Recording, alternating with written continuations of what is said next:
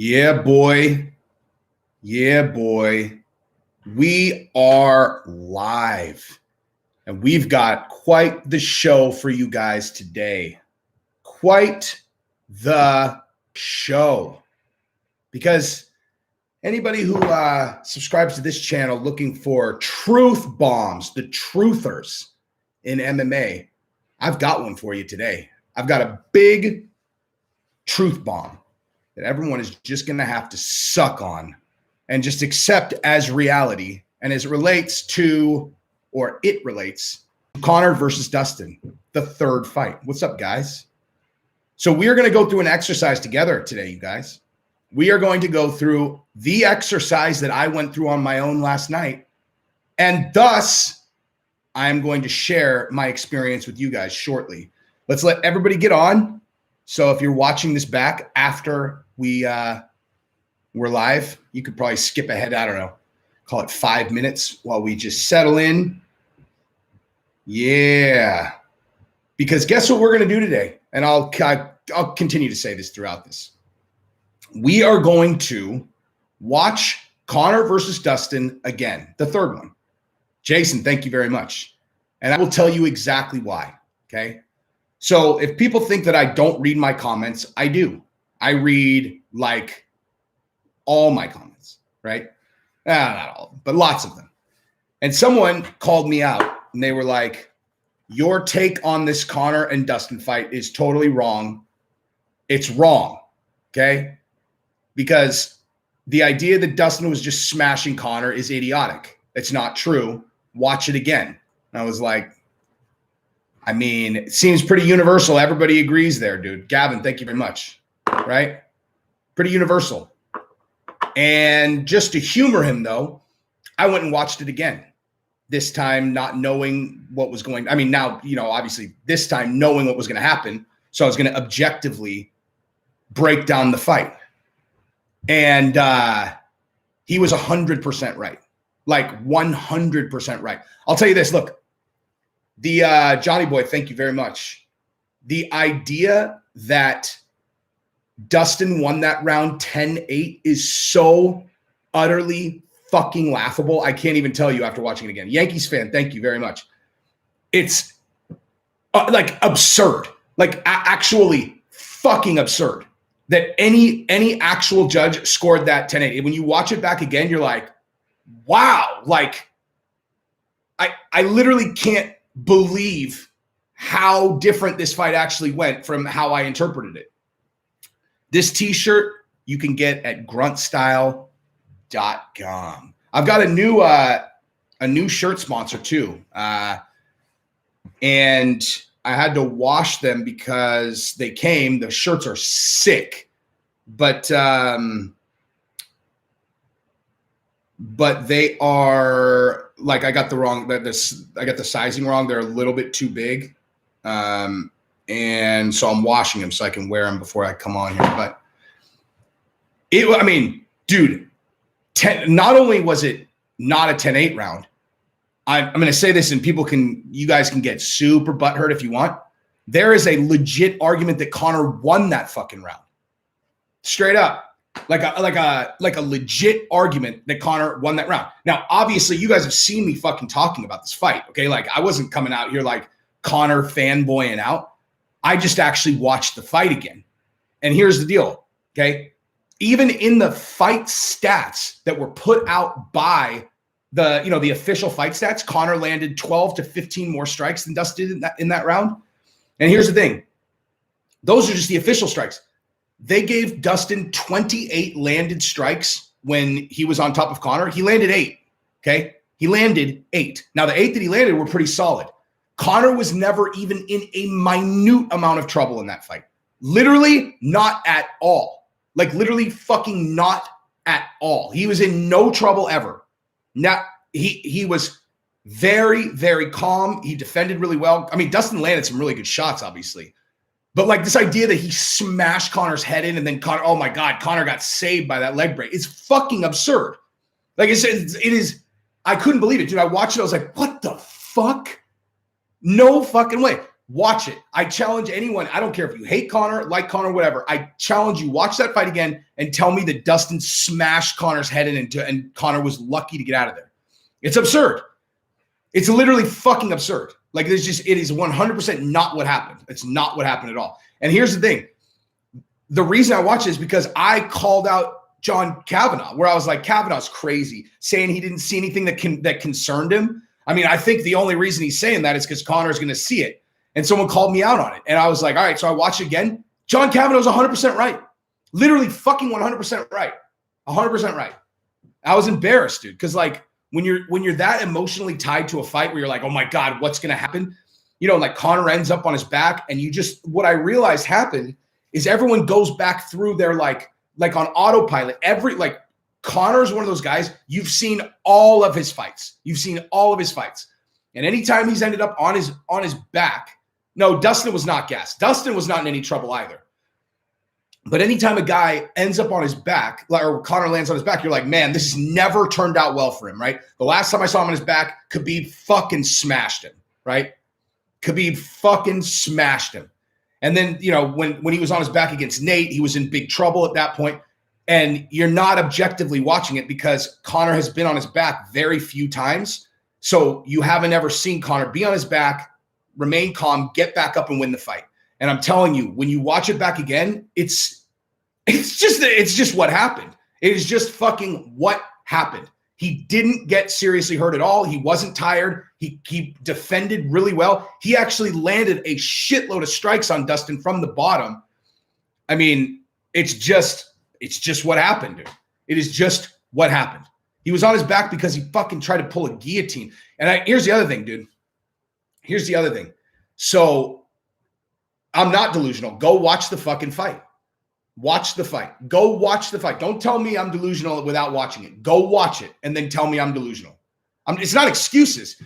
I'm not saying that that Conor would have won the fight. I'm saying the narrative that Conor got his head smashed in and then got lucky that he broke his leg is fucking not true. It's not true. It's just not true. So what we're going to do right now, everybody who has access to that fight, pull it up. Okay. I can't show it to you guys on here, but we can watch it together. Okay. We'll all start at the same time. We'll say ready, set, go. And then everybody watch and then go, oh, wow. Yeah, there we go. That one really smashed his head in because like, I'm not saying that Conor won the round. I would probably score. Conor landed legit something like 20 more strikes than Dustin did, but still, I would probably give the round to Dustin. But the 10-8 is so fucking absurd, dude. It is so absurd, laughably absurd. Just because you're throwing strikes at a guy, you don't get credit for him. Conor defended 20 of the 28 strikes. Okay, I hear you. Why did he clinch? What does that have to do with anything? I'm not saying Conor didn't lose the round. I'm saying he clinched because Dustin caught him, like when they were standing up.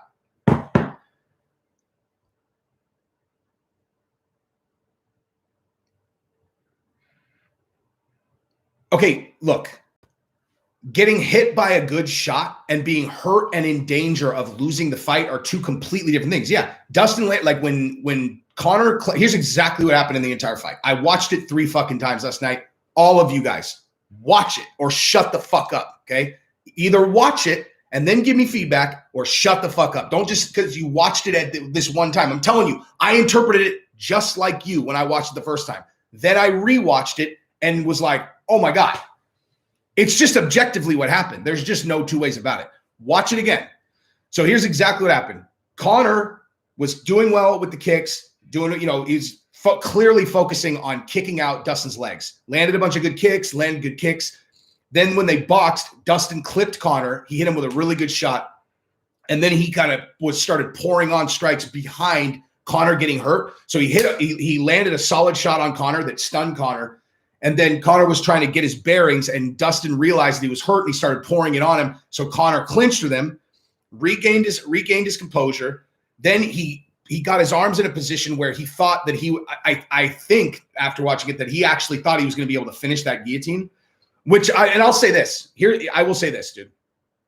I'll say this. I didn't watch for an excuse. I watched because someone fucked with me in the comments. They were like, dude, you said like this is exactly what happened. The guy was like, you sound like an idiot, dude. He's like, you sound like a fucking casual fanboy. Watch the fight again. And then come back and tell me that John Kavanagh was being delusional. I was like, all right, fuck you. I'll watch it again. And now I'm telling you guys the exact same thing. He was right. I was wrong. He was right. Like I said, give it to Dustin, 10-9. It's a 10-9 round. But this narrative that like there was, oh God, Conor, there was no chance Conor was going to come back. It's fucking absurd. It's not true. It's not true. But anyway, so Conor got hurt. So Conor tried to pull guillotine. Now, here's one thing I'll say about that. What everybody's saying is like Conor doesn't have high enough level people that he trains with. I actually think that guillotine is a direct result of that. Like, it's like, because I think if he was rolling against guys like Dustin all day long, he would have known, okay, yeah, you got one, like you might be able to finish this with the guys in your gym. You're not going to fucking finish it on Dustin. Dustin's going to get out of that guillotine and then you're fucked. You're going to be underneath him. So he pulls the, and Dustin was on top of him throwing strikes for about maybe 2-ish minutes, or I think it was either 90 seconds to 2 minutes. He threw a total of 28 strikes. 8 of them landed. 8. Okay. 8. Believe me, there is no question that I'm correct about this. Okay. Now the ones that landed were pretty good, but none of them stunned Conor. He immediately was able to defend well and get back. And Conor was landing a bunch of shit from the bottom. And then he got up, they had their exchange and Conor's leg broke. So like, look, like, believe me, I knew I was going to come on and say this and people were going to break my balls and say it's a bunch of shit. That's why I'm saying, put the fucking fight on. Gabrielle will come on tonight. She'll join live. Yeah, what I'm saying is, 2 judges said it was 10-8. What I'm saying is those judges are sitting there one time. They don't have the luxury of going back and very, very closely watching whether or not the strikes landed. That's what I'm saying. Like I said, when I watched it live, I interpreted it the same way. Go watch it. Just fucking watch it. Just go watch it.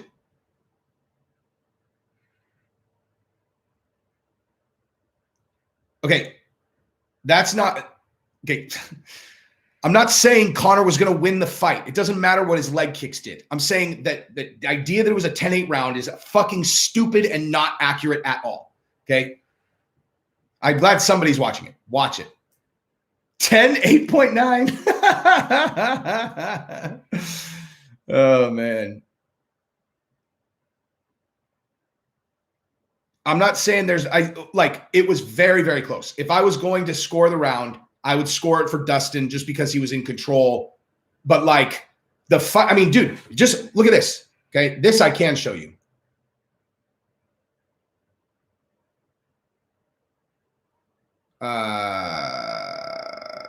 Watch this. Okay.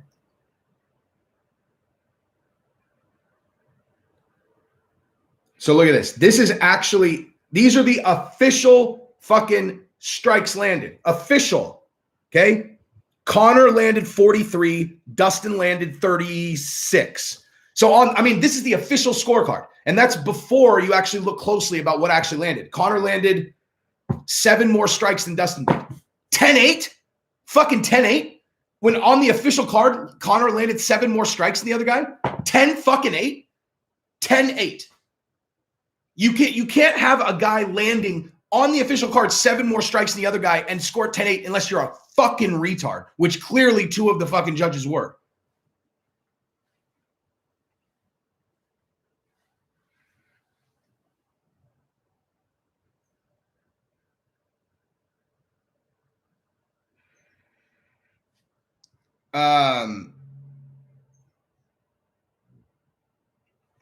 But yeah, here's the other thing though. So they've got, and then on the significant strikes, they've got Dustin 36, Conor 27. How, again, that, first of all, that's not accurate. But second of all, how the fuck could you score that 10-8? The official thing, significant strikes landed 36 to 27, 10-8. It's so stupid. It's so stupid. But also, okay, so so total strikes thrown. Yeah, so they said significant strikes landed on the ground, 28. Go watch the entire time that Dustin is on top of Conor and tell me he landed 28 significant strikes. It's not true. It's not true. I'm not reaching. I'm saying 10-8 is completely fucking wrong. And I'm saying that Conor was still in the fight. That's all. I'm not saying he would have won. I'm not saying he would have won at all. I'm not saying he would have won. I'm saying that this narrative that Conor got smashed 10-8 and then got lucky his leg broke is not fucking accurate. That's just not accurate.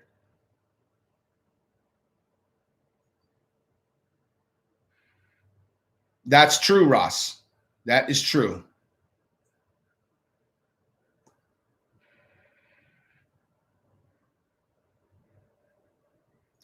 Conor had 80 seconds on the ground. My 2-year-old throws 40 strikes, and I throw one blow. Doctor strike it off. Wait. Token, no. If your 2-year-old throws 40 strikes and you throw one, but you blow the doors off, okay, so that would be a knockout. So, no. If you threw one, you knocked him down, but your 2-year-old landed 40 strikes, it's still not fucking 10-8. Thank you. Thank you, Kaspar.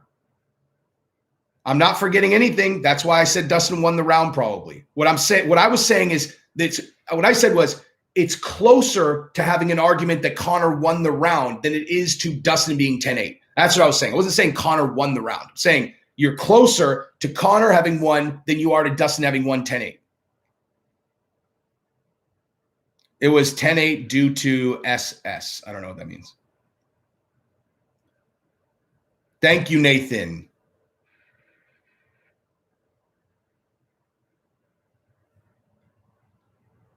$10-8 because of ground pound after leg break. Oh, you know what? That's a good point. That probably is why the 28 strikes. You're right. That's actually a really good point. But it is still not a 10-8. It's still not a 10-8.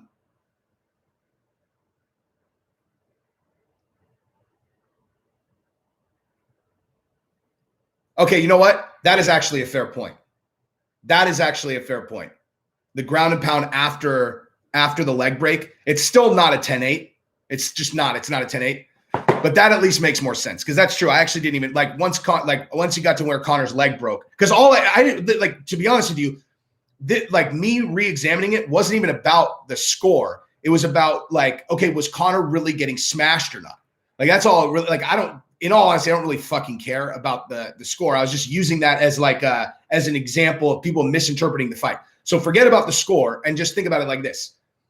When Conor's leg broke, was he out of the fight? Was he getting fucking smashed and then he just got lucky that his leg broke? And that's 100% not what happened. It's just not what fucking happened, dude. That's just not what happened. I do agree that Herb should have stopped it, though. Conor, at the end of that round, if that would have been any other fighter, they would have stopped it. That I will fucking guarantee. Obviously he didn't know his leg was broken, but if another fighter fell like that and the other guy was smashing him with 10 seconds left, they would have stopped that fight.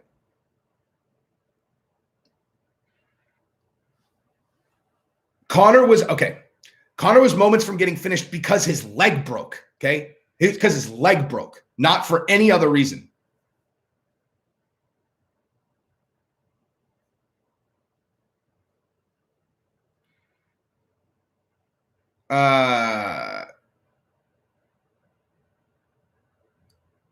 Okay, again. So I'm reframing this. Forget about anything that happened after his leg broke. Saying, watch up to the leg break, actually go watch it, and then tell me that Conor was getting completely smashed. Like I said, Dustin landed 8 strikes on the ground. 8 that actually landed. The rest of them he threw. They either hit him in the shoulder or they missed, whatever. Conor defended it incredibly well.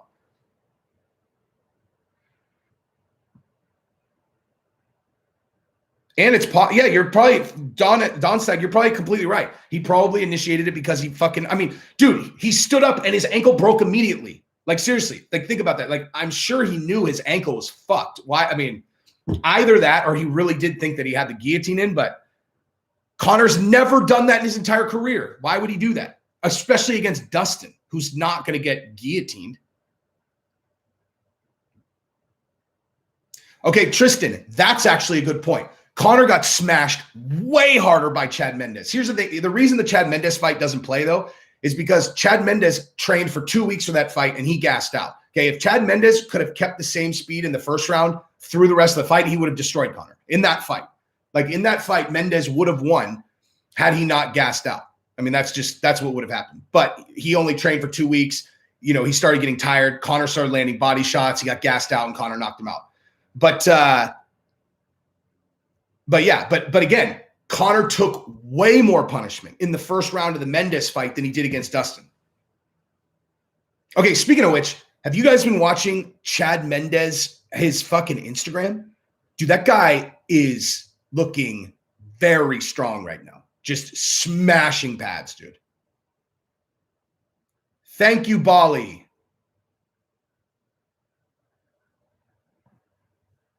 He definitely initiated the clinch to stop damage. Agree.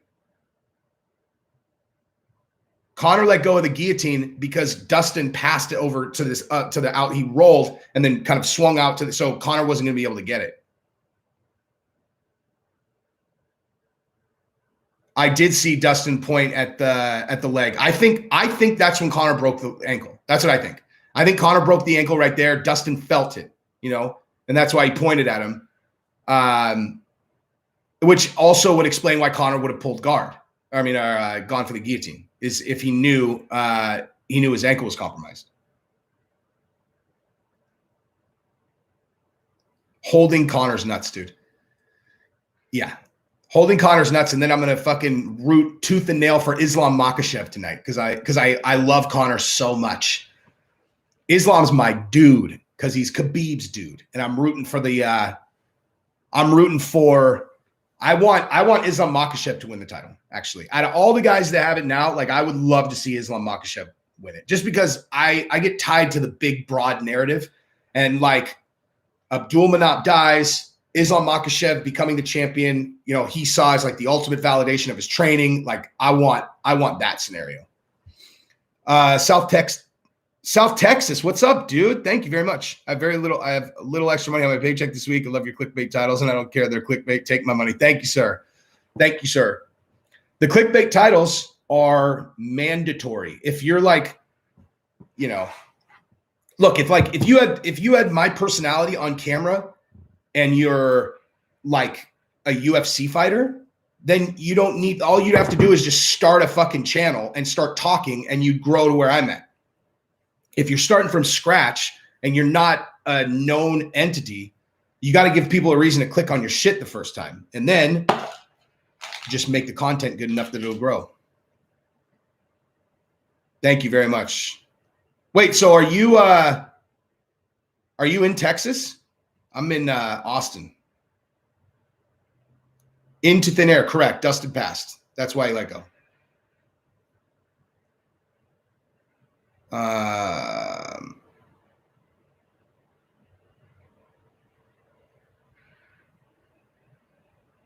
Conor didn't break his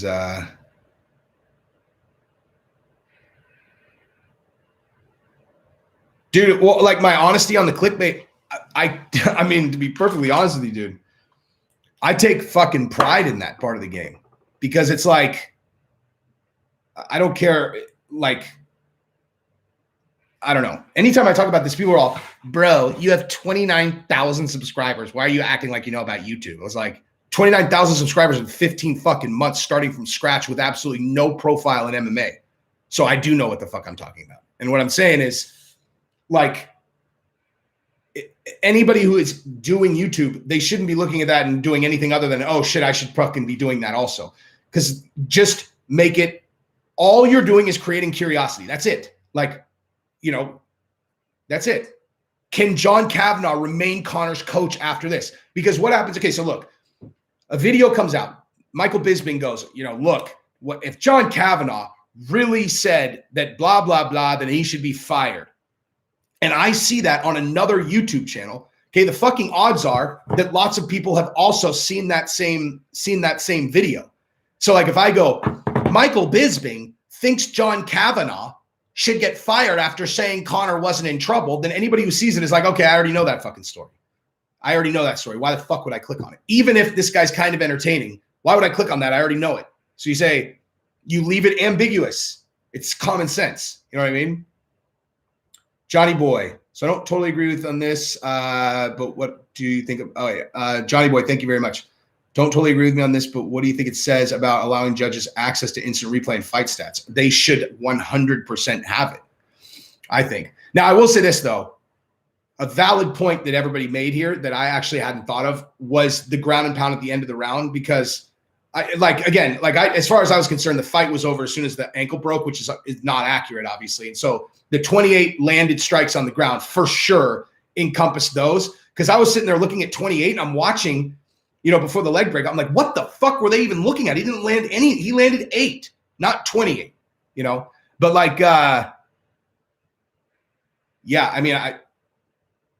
I think for the speed of the event, dude, do I look blurry to you guys? Or is this just my screen is dirty as fuck? But for the speed of the event, I don't think it makes a lot of sense for, to have instant replay and stuff like that, for each kind of round and fight.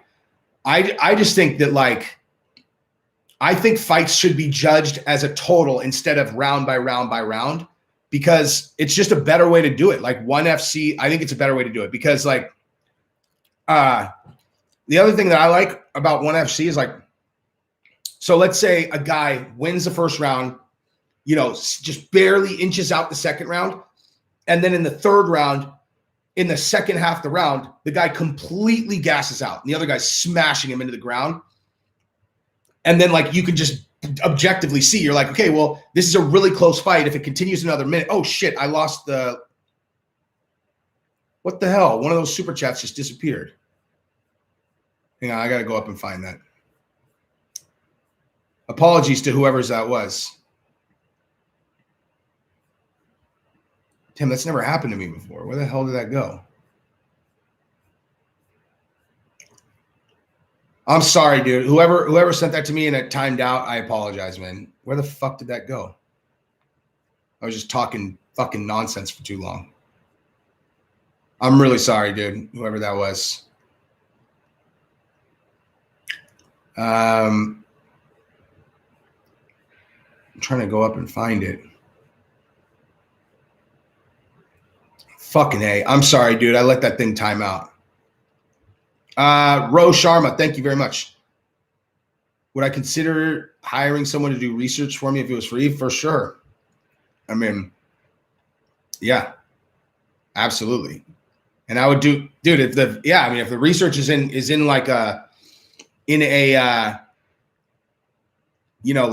area that I would be able to do a video. Here's the thing, when I first, actually, let me make sure I don't do that again. Richard Provost, thank you very much as well. But in the beginning, my whole thing was I just do videos every single day. And that was kind of before I learned how to actually do YouTube correctly. And now I won't do a video unless it's a video that I think is going to, get clicked on a lot, because you can get into a groove where you have a certain number of videos, but how your previous video performs is going to have direct impact on how your next one does. And so if there's a topic that I think is interesting, but I know no one will click on it, I won't do it. I just won't do it anymore. But yeah, we could collaborate. I could tell you stuff that I'm thinking about that I think we could get some attention on, and then do some research, because I don't fucking have time to do it too. But yeah, for sure. My email's in my in the description.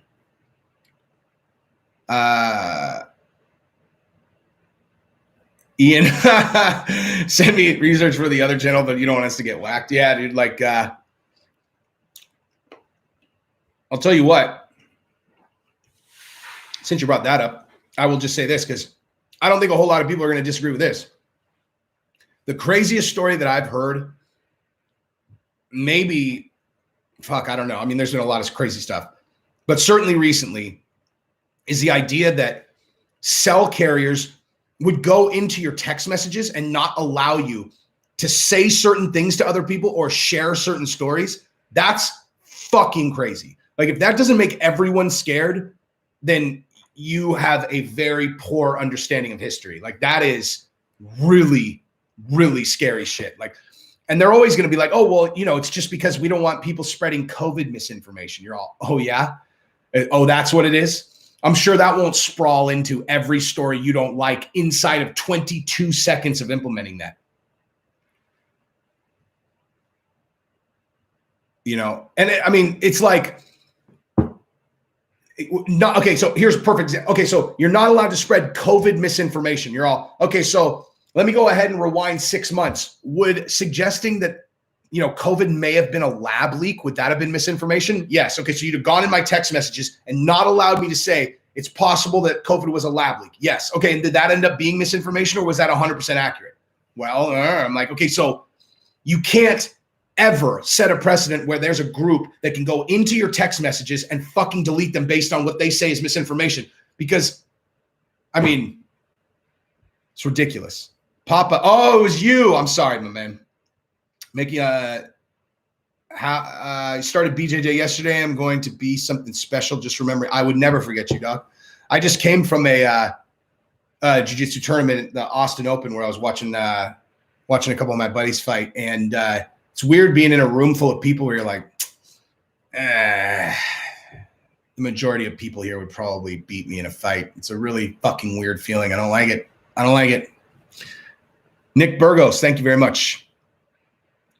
I think Conor would have stayed on the ground if he didn't have fingers in Conor's gloves, so an up kick.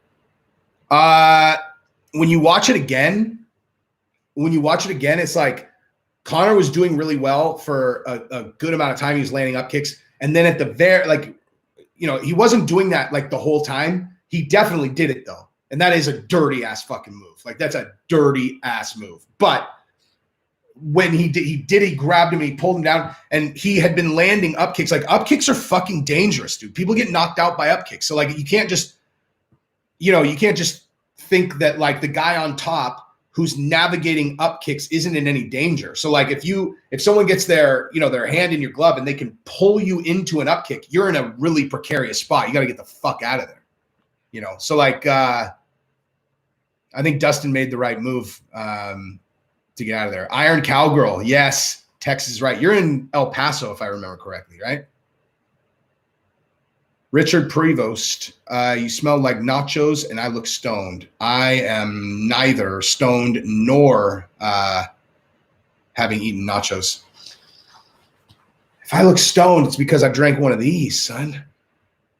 Anybody who knows what that is without me telling you, you know what it is. El Paso, yep. And you've got horsies. Kodak Black in the chat. Wait, Kodak. I saw Kodak Black. Hang on. Kodak Black. Do I think they'll fight again? Yes, I do. 100%. Matter of fact, actually, I should share it. I should save this for an actual video. Actually, how many people are on here? 630. Okay. So I will tell you. Wait, hold on. Sounds to me like I'm a regular hater of who? Who did I hate on? Specify that. XYZZ. Who did? Attaboy Ian. That is correct. That is exactly what it was. That's why when Fabio was like, dude, Diego at home, addicted to kratom. I was like, oh yeah, addicted. Oh gosh, yeah, I guess this is really destroying my life, dude. This kratom stuff really destroying my life. Look at me. I can't wake up in the morning. I can't remember anything I'm doing. Stuff just fucking wrecked me, man. Not. The secret, there's not really a secret. It's that the fight was framed very, very differently than it actually was. The Nasty Shitler. Thank you very much. Can Michael Pereira contend at welterweight? Can he ration his or gas tank fucked up his weight, move up? I just don't think he's good enough. I mean, shit. I'm sorry. Is he fucking on here? If that's someone like, if that's Pereira, I think you're awesome. But if we're talking about contend for like a title, I mean, there are a lot of killers at 170, man. One of my thoughts about Conor's injury. Is he a liar about, he said his leg was injured? No, I don't think he's lying. Yeah, kratom kills my drive.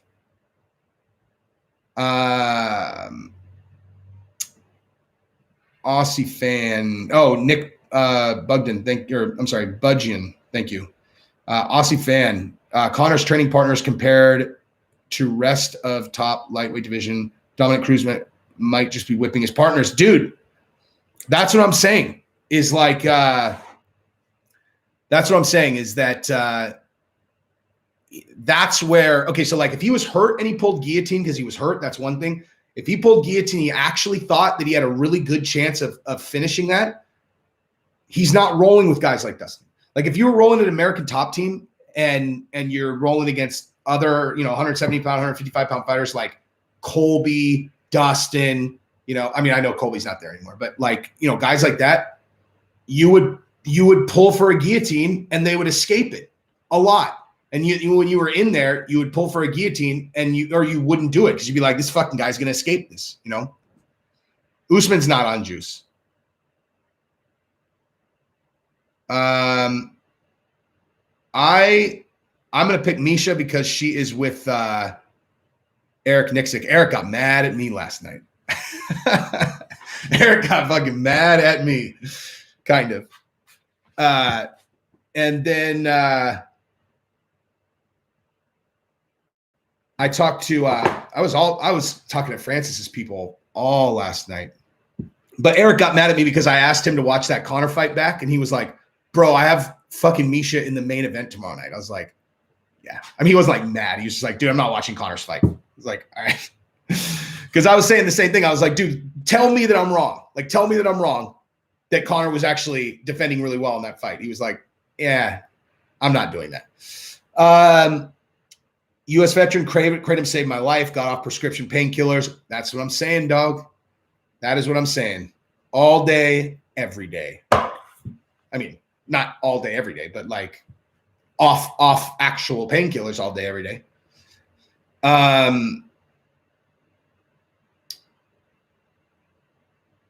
Let me see here. Sorry, there was one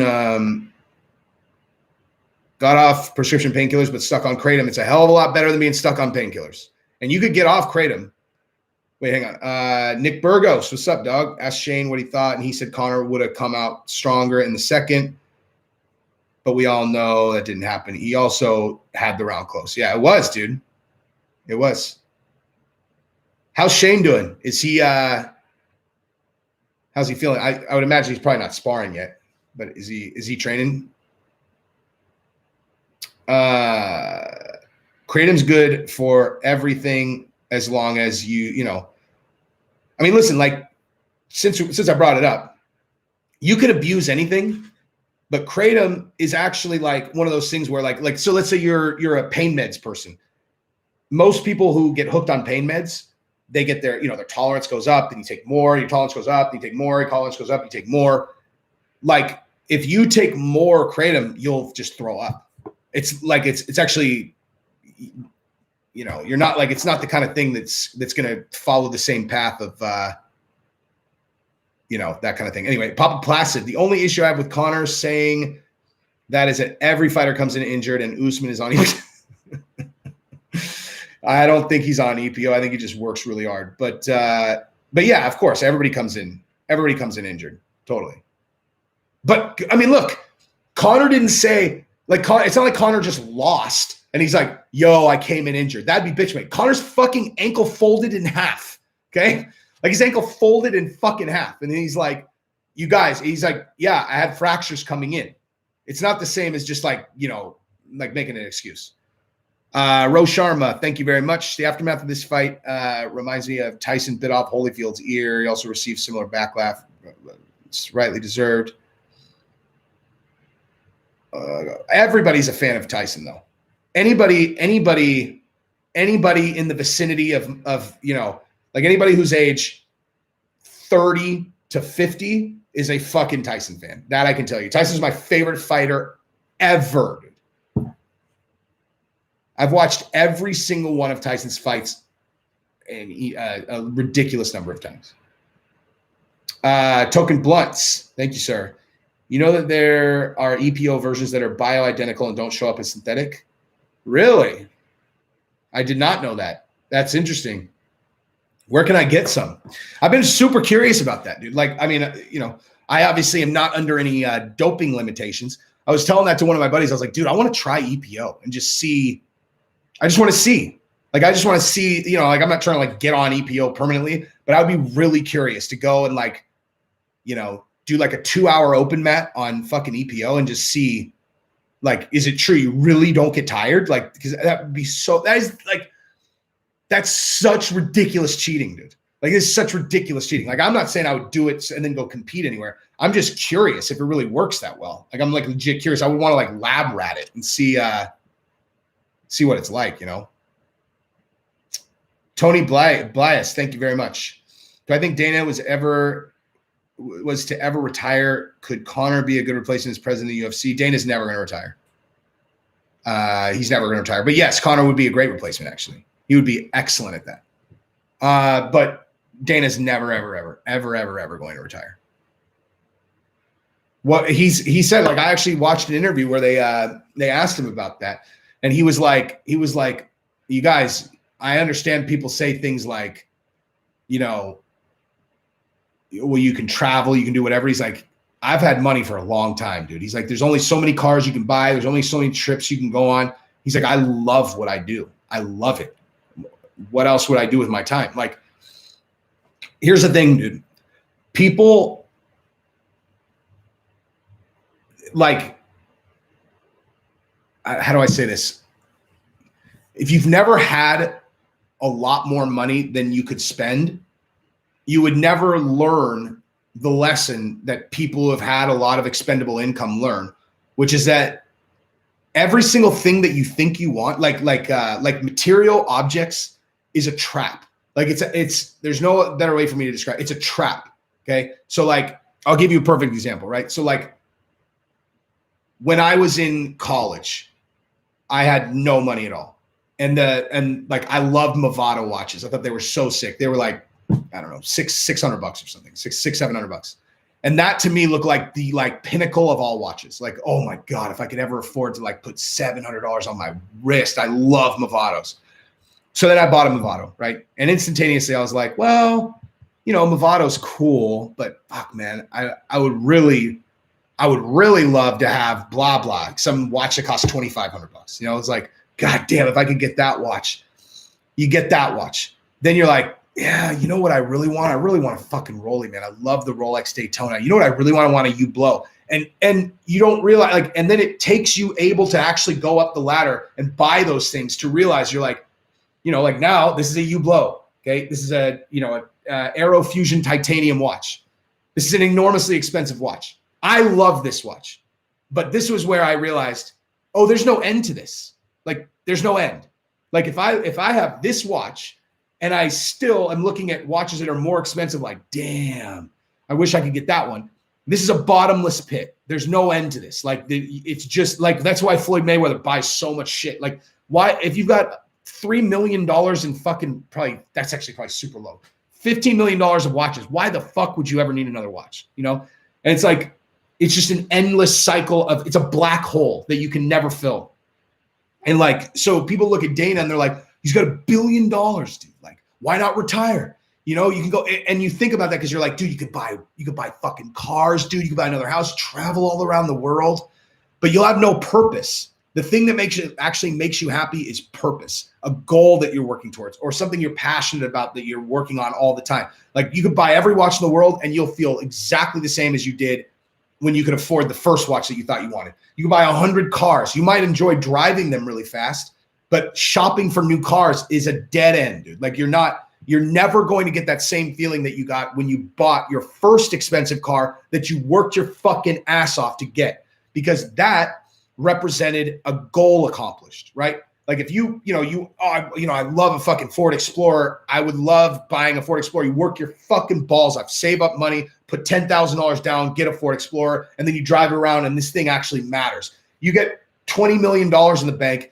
You buy a Range Rover cash, then you go buy a Corvette. It'll never feel the same as the Explorer because it's empty. It's not like, things only matter if they represent a journey that you went on and accomplished something with. They just a fucking black hole.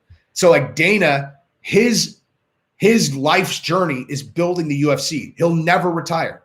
He'll never fucking retire. because you can travel around, you can do whatever, but like it's a black hole. And there's not a huge difference between being unemployed and being super fucking rich and retired. As a matter of fact, there's no difference except for you don't have to stress out about how you're going to pay for things. And like, you know, if you're unemployed, let's say you're on a fixed income and you make $7,000 a month, right? Sounds like it's plenty of money to live, and you live in a 1,400 square foot house. Like, you would think that person has a super different life than like Dana White if he retires, and it's not different at all. Like a fucking 17,000 square foot house, if you have nothing to do, is just like a gigantic gilded cage. You're just like, you'll feel deeply depressed. Like if you have nothing going on, you just walk through your house just like, oh my God, I have nothing at all. Charles Barkley, thank you very much. Sig, thank you very much, dude. Or only class, sorry. Thank you. Do I think Dustin can beat Oliveira? Okay, thank you for that question. Yes, I do. But that brings us to the other part of this, video, where I'm going to make a much broader video about this. But since we're 45 minutes in and only, people who have really earned it are going to get here, I'll step on that video and tell you guys something. So I had a long conversation with Francis Ngannou's manager about this last night because he and I were talking about something, and then we got onto this subject and we were back and forth. Oh shit, actually I got to look, and I think he wrote me something, but we were talking about this because I said, think about Dustin's next move, dude. I was like, Dustin's already potentially trying to skirt that Charles Oliveira fight, because you saw on Twitter, he went on and started talking to Nate. He's like, yeah, let's fight, Nate, let's do this. Right. And you're like, okay, why is he doing that? And I was like, I'll tell you exactly why, dude, because he knows, okay, he made $10 million for this Conor fight. He's not going to make anywhere near $10 million for any other fight. There is no other fight where he'll make money like that. Now he knows Conor's going to want this fight when he gets back, right?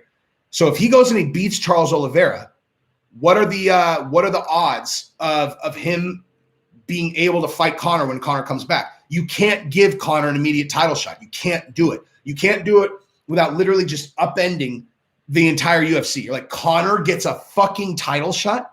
The guy's lost 3 of his last 4 fights at lightweight. You can't do it. You can't fucking do it, right? And so Dustin knows if he goes and he beats Charles, he can't fight Conor, okay? So he's like, maybe I can talk my way into like a Nate Diaz BMF type situation where we can be the main event. We'll kill some time, and then when Conor comes back, I can fight him again, make another $10 million, and I can go do whatever I want. But like, going and fighting Charles right now is going to cost him money, right? Because you have no idea what's going to happen with Conor. What if like he's like, okay, well, I'll go do that, and then Conor gets a win, and then I fight him for the title? He's not going to make any extra money if he's fighting Conor for the title. All he does is put that fight in jeopardy, because if Conor comes back, he fights, I don't know, RDA, right? And he wins by like a really close decision, or he fucking loses. Dustin can't fight him, right?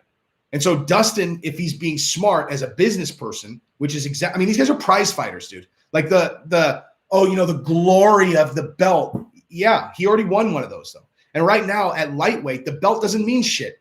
Khabib's the fucking champion. Everybody knows that, right? Khabib is the champion. So there's someone else who's holding that belt, right? Until Khabib's been gone for 2 years, everybody knows that whoever holds the belt is sitting in the shadow of the greatest fucking lightweight of all time, who's just on the sidelines like, look, it's their time.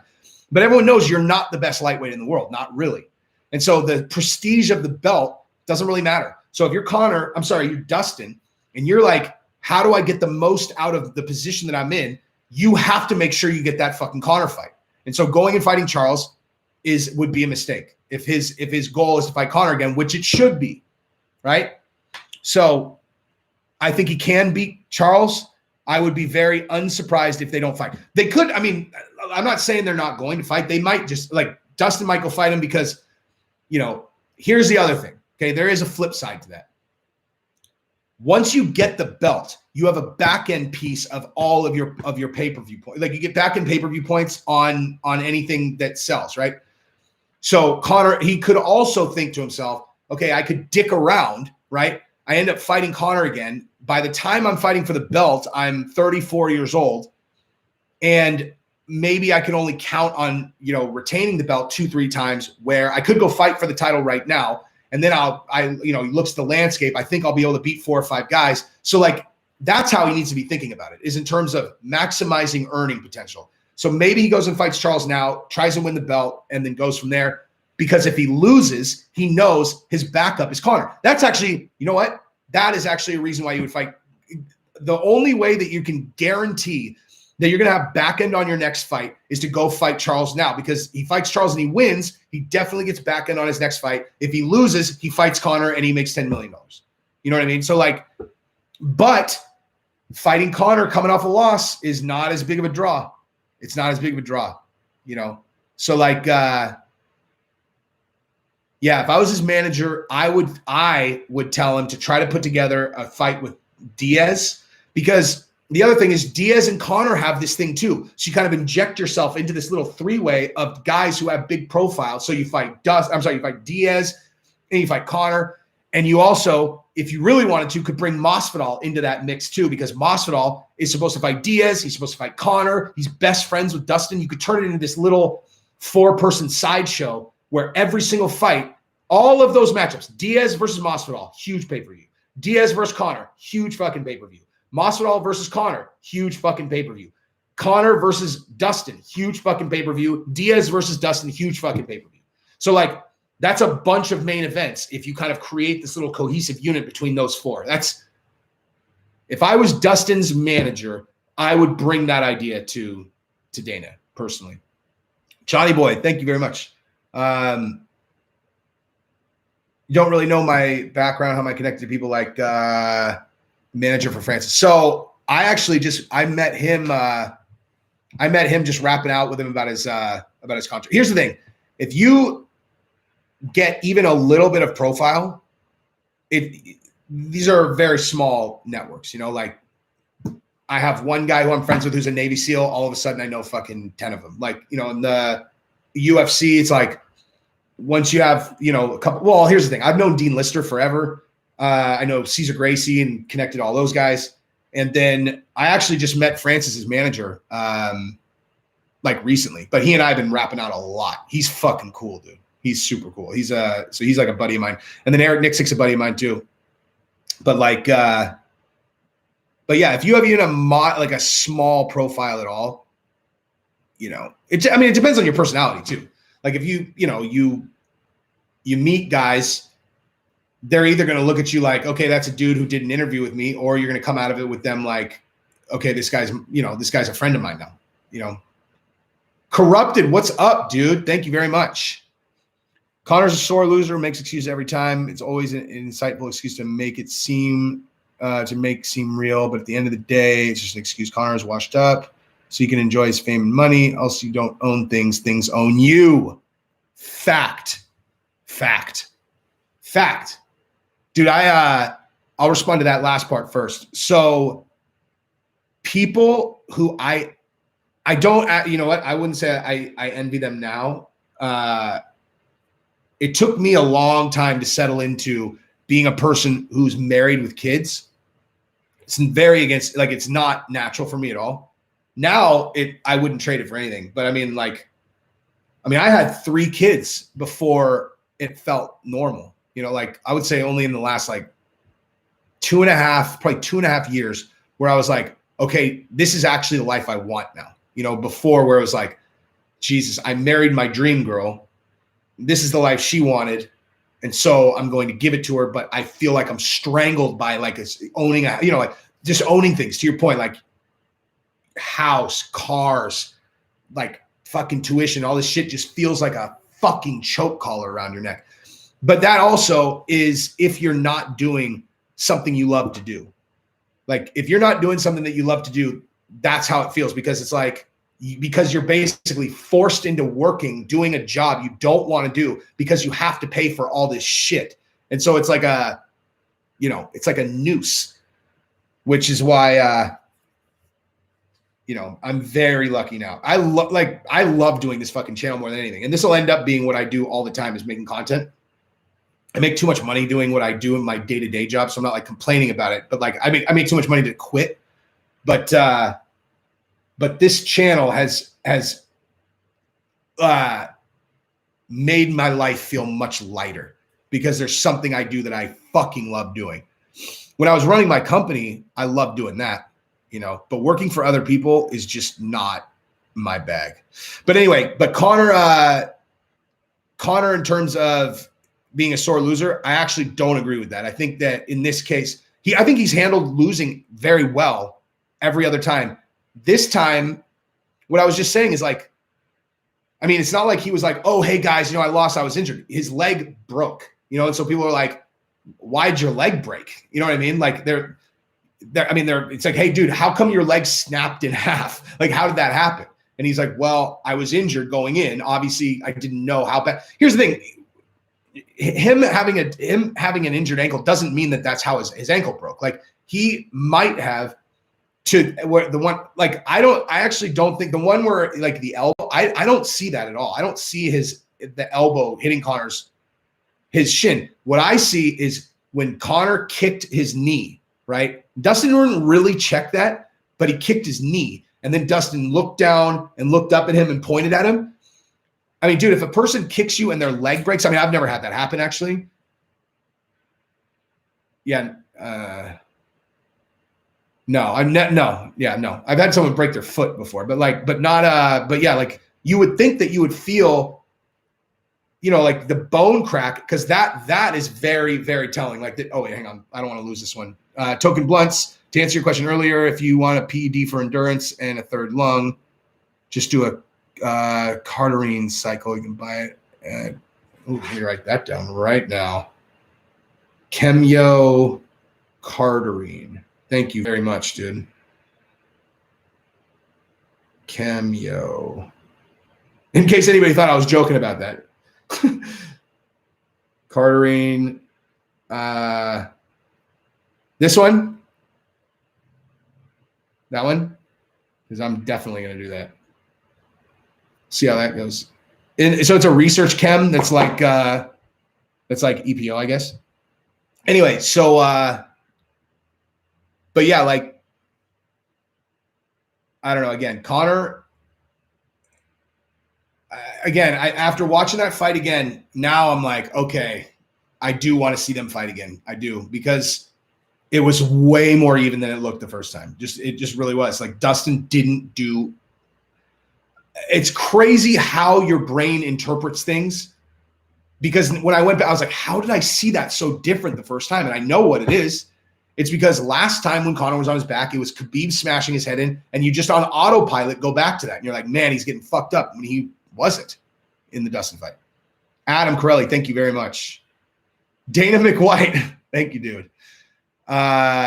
Rumors going around that Dustin's marriage is fake. That's not accurate. That's not true, dude. You can tell that is that's a loving wife right there. Like, she, yeah, no, that's not true. I will say this though. When I did that video, there was like, Conor puts out proof that Dustin's wife sent Conor a DM.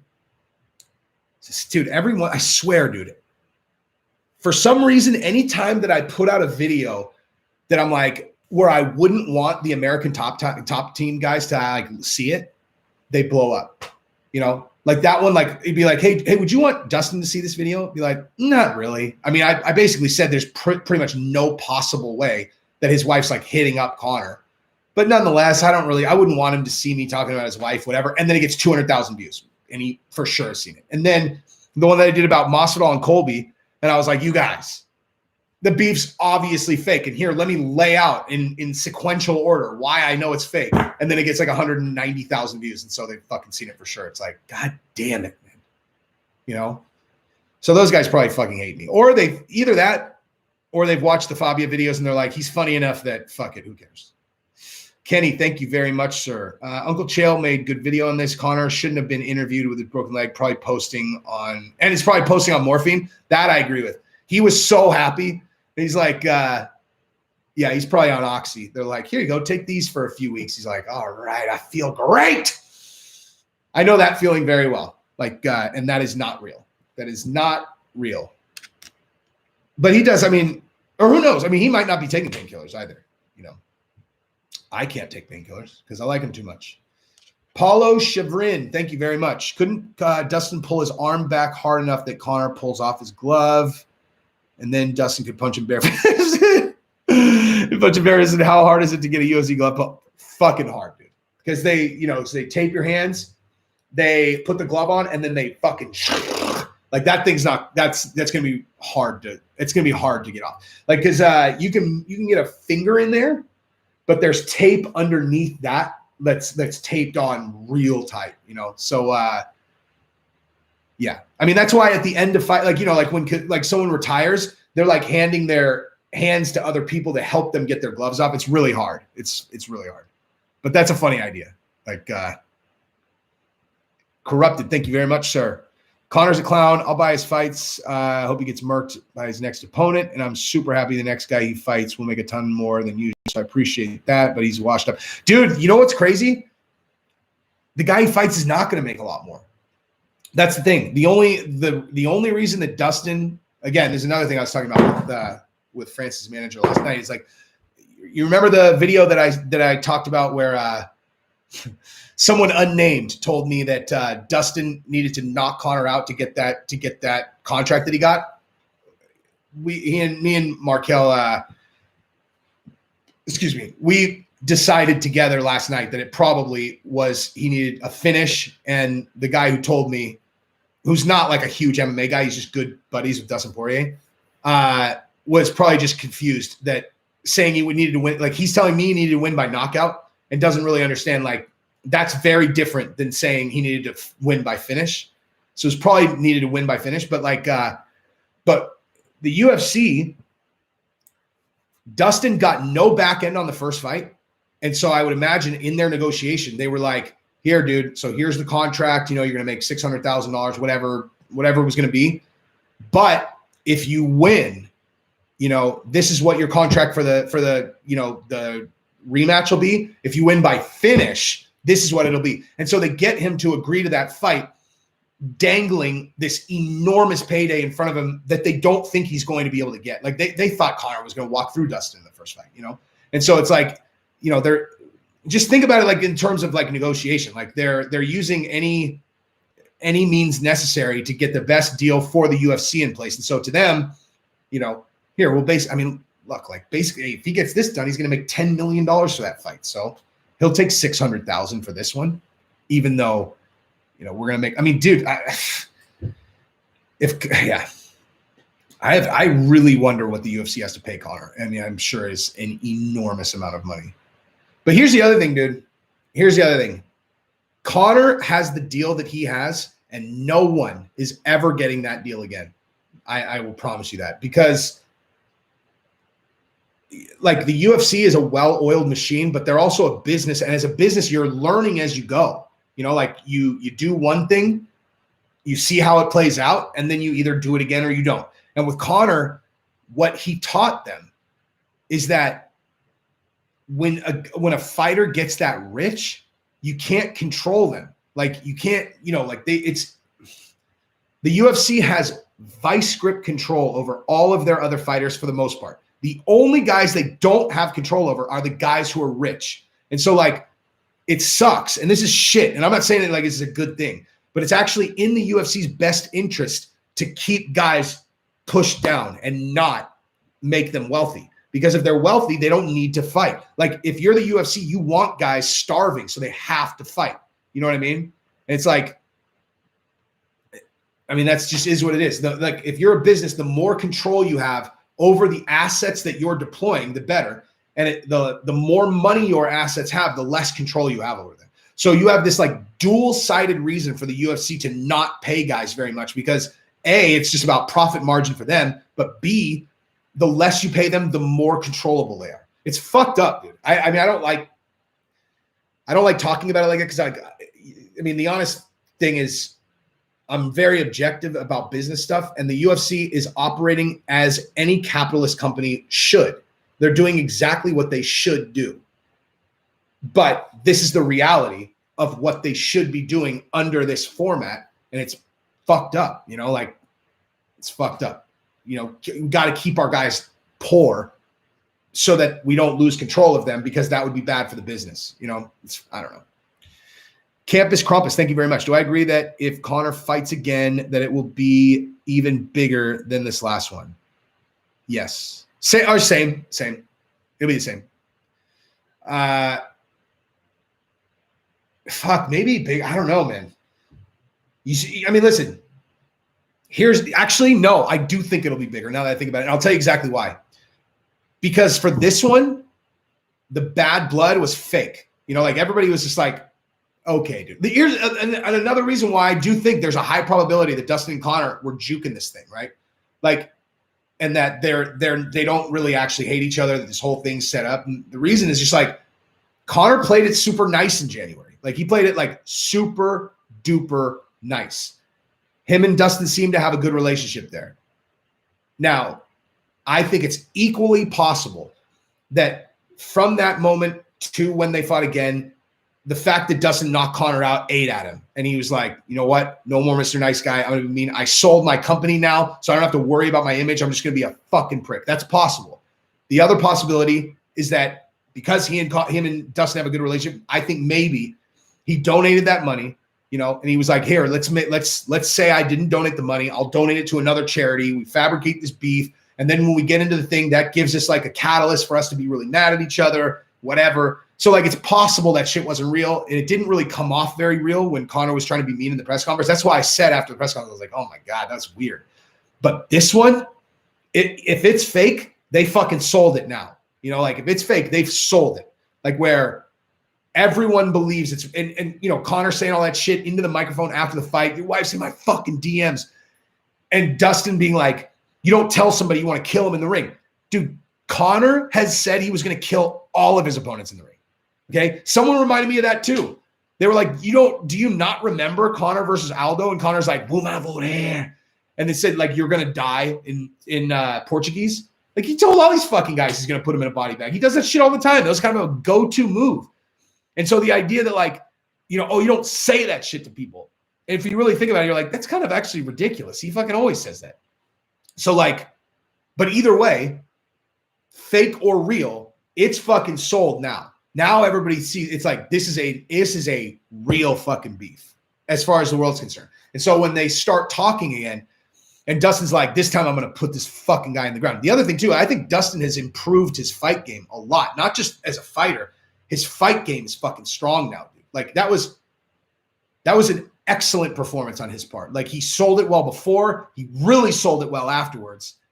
And so when it's the buildup starts and they start jawing back at each other, there's going to be a lot of attention. So I actually do. Yeah, I think there'll be more. I think it'll be a little bit bigger. Just, I mean, it's the second biggest pay-per-view ever, this one. So like the next one will be equal or bigger. That's how you know the fight's going to happen for sure.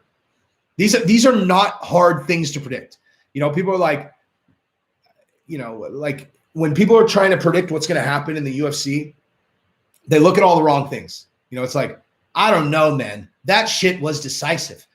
I mean, dude, that's it. It's over. Or like with Khabib, they're like, Khabib's never going to fight Conor again.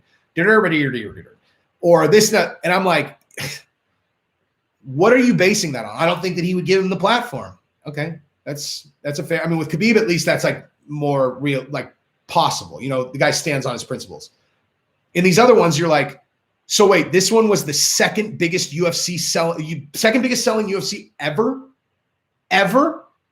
So does the UFC have a vested interest in making that happen again? Yes. Dana, yes. Sean Shelby, yes. Dustin, absolutely. He's going to make 5 to 10 times as much money for this as any other. Conor, 100%.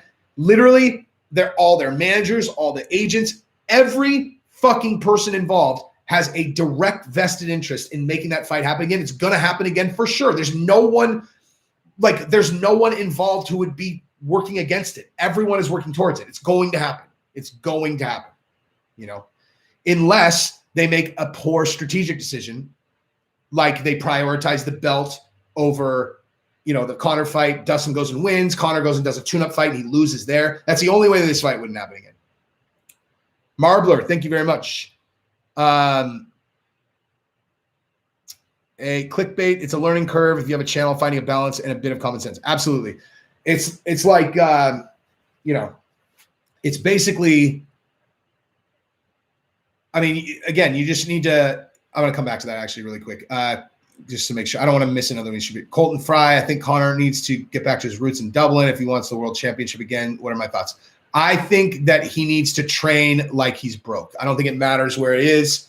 I think that the embedded where he was coming out of his mansion in Newport and he had security give him a fucking pineapple water and then he's riding down the street with his security. Fuck that, dude. You need to do Rocky IV. Get out in the fucking Russian woods and train in the snow. That would be my suggestion. But okay, anyway, yeah, clickbait, learning curve, bit of a balance. Yes. So like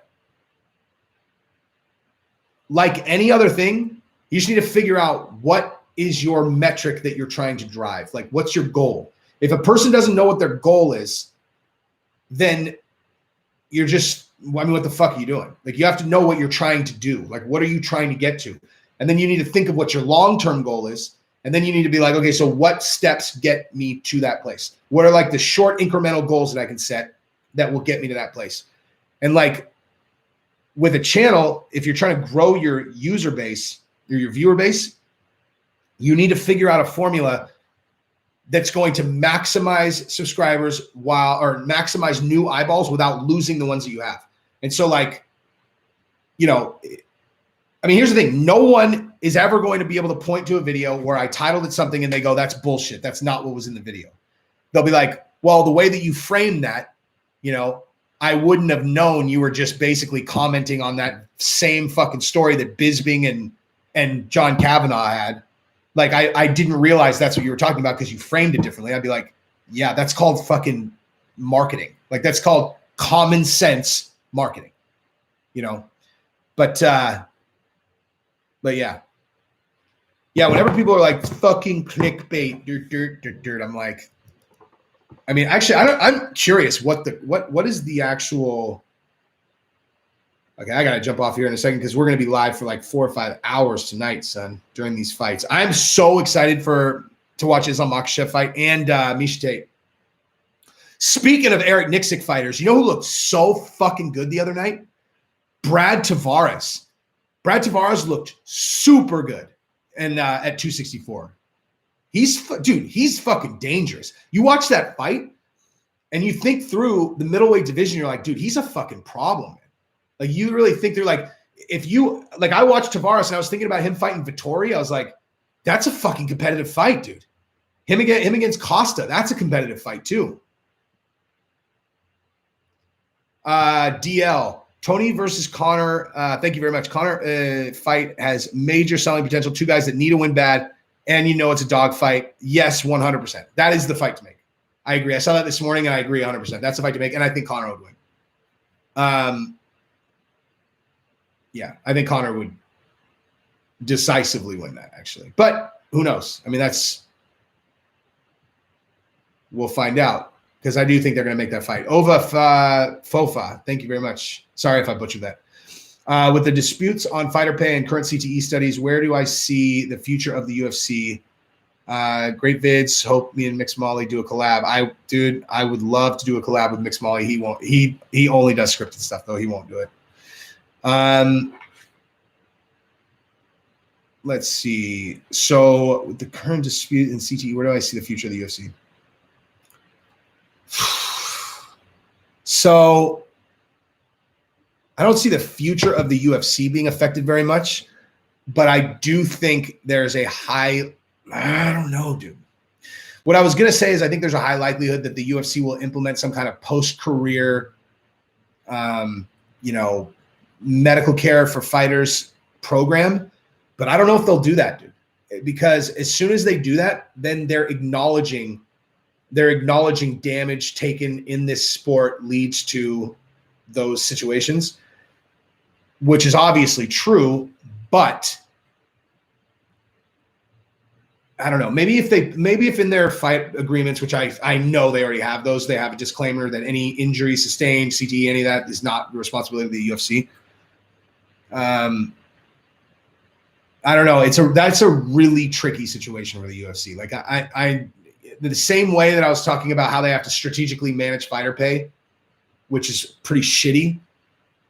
The situation with CTE is very similar. Like the way that you approach things as a business is not just this is the right thing to do, which sucks. And it's probably the main argument of people who think that capitalism is a bad setup. Of course, the second that you go, okay, well, what would you suggest instead of capitalism? And they tell you what that idea is 1,000 times worse. And all you have to do is just point them towards a fucking history book. But it's not like every system is without, problems. And in a capitalist situation where the business operating in the self-interest of the business sometimes has to do things that it's not best for the people who work for the business or the people who are, like that's just one of those situations. Like they have to try to stay away from the CTE thing, even though everyone knows their fighters are getting CTE, but there's no way for them to know when they're getting CTE. Like, I mean, think about it like this. Like, so a fighter trains in the gym and he's one of these guys that goes fucking full throttle all the time. And he always wants to spar against guys that are better than him. So he's getting his head beaten all day, every day, head kicks, punches in the face. He's pushing the action all the time. He's one of those guys where like, you just went, you're like, all right, you're working on your skills against other guys. And this guy comes in, you're like, oh Jesus, and you're going to have to go full throttle against this fucking guy because he goes full throttle all the time. And he's going against guys that are better than him. And thus he's getting pounded every day. And then, he's a walking zombie. He gets 2 fights in the UFC where he gets beat up and that's it. And then he gets CTE after. Is that the fucking fault of the UFC or the fault of this dude going full throttle in the gym every day for fucking 15 years? So like where their responsibility lies is very murky, because in all honesty, the UFC is only responsible. The UFC is only responsible for that little bit of time where the fighter is fighting in the UFC octagon. Now, try to compare that to the number of hours they spend fighting outside the octagon. So like trying to put the blame on the UFC actually doesn't make any sense. UFC has built an incentive structure whereby people will go take the punishment in the gym that leads to CTE so that they can perform well when they're fighting in the UFC. But the UFC, these are voluntary relationships, dude. Like you are making, that you have the risk of CTE. How much you're going to get paid in the UFC. What your likelihood of this, that, or the other is. And you're choosing to take that on. So then afterwards, blaming the UFC is for setting up an incentive structure that made you want to try to chase that dream. Fuck that. You don't get to blame the UFC for that. But should UFC have some form of aftercare? Probably. I don't know. I don't know how. I mean, it's a long answer, but that's the best I got.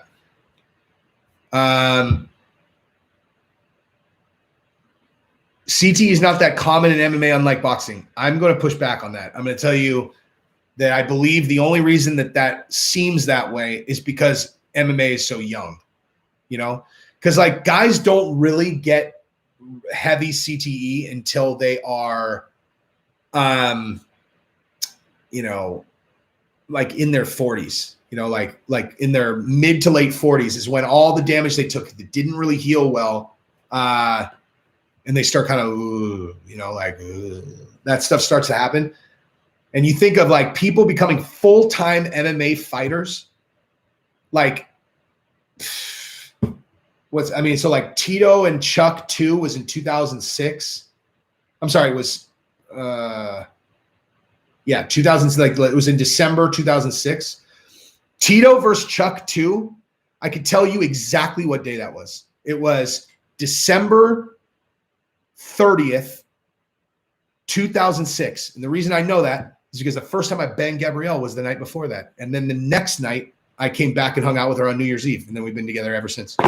And I tried to get her to come to this party. Like it was up in LA and she was in Santa Monica or wherever. I was like, dude, come, we're to watch Tito versus Chuck. She was like, I'm not driving an hour. Okay. You're cool. We're hanging out. I don't know you like that. Anyway, but like that's only 2006. So like, oh shit, I'm sorry. Did I miss somebody's super chat? Would it be a bigger trilogy, McGregor versus Diaz or McGregor versus Dustin? McGregor versus Diaz, 100%. Absolutely, for sure. But yeah, so like guys like Mark Coleman has gnarly CTE, dude. gnarly CTE. And so like it's just an early phase where look, like you get the fucking CTE getting punched in the head. There's no reason why MMA would be less likely to cause CTE for a person who focuses on striking in MMA, you know?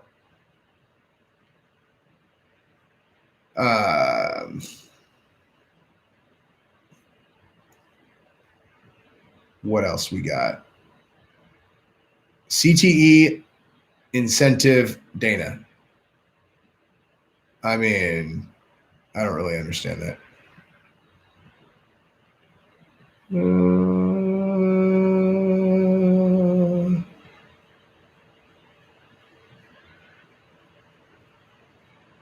Wait.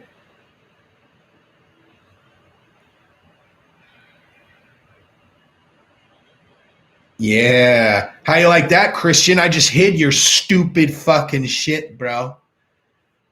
That's I had to like be quiet there because I've never done that before. So I was like, I don't want to fuck this up, dude. Your boy McTapper got crushed again. Well, my boy Islam Makhachev is going to crush it tonight, son. Tell me what this necklace means. I literally just bought this. This is a real 4-leaf clover. I'll tell you exactly what it is. We found a real 4-leaf clover in my backyard about. Well, actually, Giselle found it maybe like 15 months ago. And it's like the family, like everything goes right, dude. Like everything, like after a decade of shit looking cool and then just collapsing, looking cool, collapsing. Ever since she found that 4-leaf clover, everything has gone absolute as if. So yeah, so the necklace is just like, I mean, this is not the one that she found, but this is an actual 4-leaf clover that's pressed. Cost $10, son.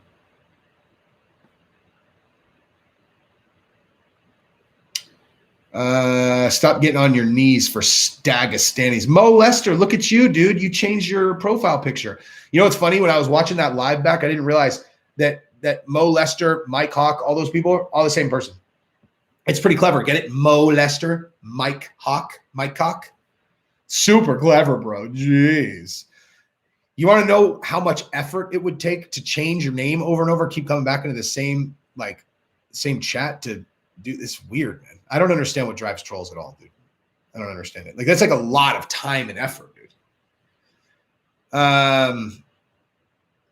Wait, where's Shagmaster?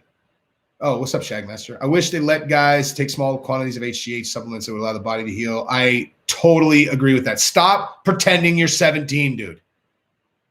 Fucking wise beyond your years. Common sense, Jesse. In boxing, they take more shots, even if it's weaker. And in boxing, get knocked out. Yeah. No, I understand that. But I'm saying that like the majority of the CTE comes in training. And so like when you're sparring for MMA, you're doing the same. I mean, you're punching each other in the head with gloves. Like it's, you know. I mean, yeah. I mean, there are some like boxing guys that just get smash, and they just keep walking forward through, you know, boxing or MMA. But the training is the same for stand-up, is my point. Islam's not going to get smashed. They are. Islam Makhachev and Sean O'Malley are the two most being handpicked guys because they are very, very, very valuable to the UFC. Islam Makhachev can be the next Khabib. O'Malley can be the next Conor. And they are being very, very selective. Dude, Mo Lester just went and changed his profile picture again. Bro, I'm telling you, man, you need a hobby. If you're spending as much time on here as I am, I'm making money. Like what? I don't understand what, you know. Like I'm making money and talking to a bunch of people. You're yelling into a chat room for no reason. It's fucking bizarre, man.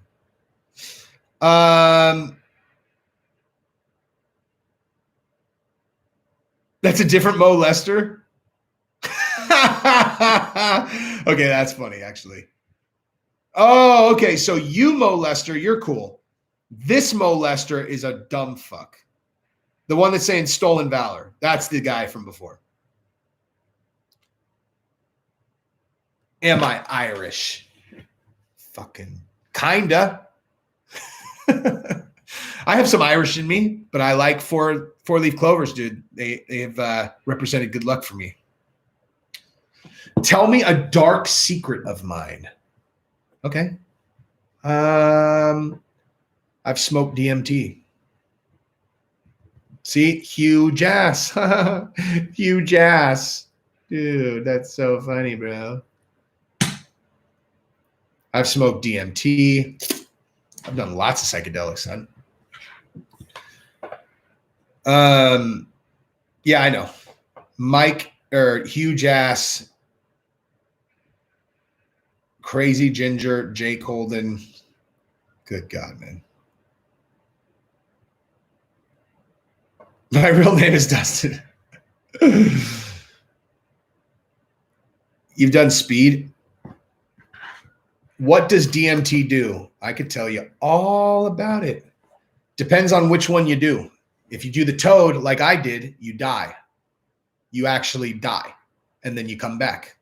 You get to die. If you want to see what it's going to be like when you die, go smoke DMT, go smoke the toad, and you'll die. And then you'll come back. Yep, 5-MeO, that's correct. No. That was, dude, I saw that 10,000, then it disappeared. There was 10,000 of a different currency. By the way, I apologize for missing that one.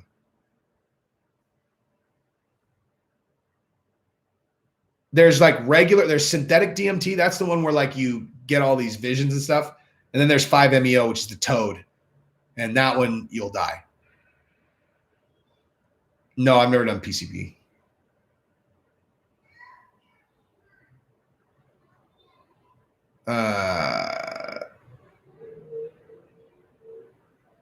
Out of body experience is like, so if you do regular DMT, you'll have an out of body experience. If you do 5-MeO, the toad, there's no you. There's nothing, there's no you to experience being out of body or any other thing. You cease to exist. You die.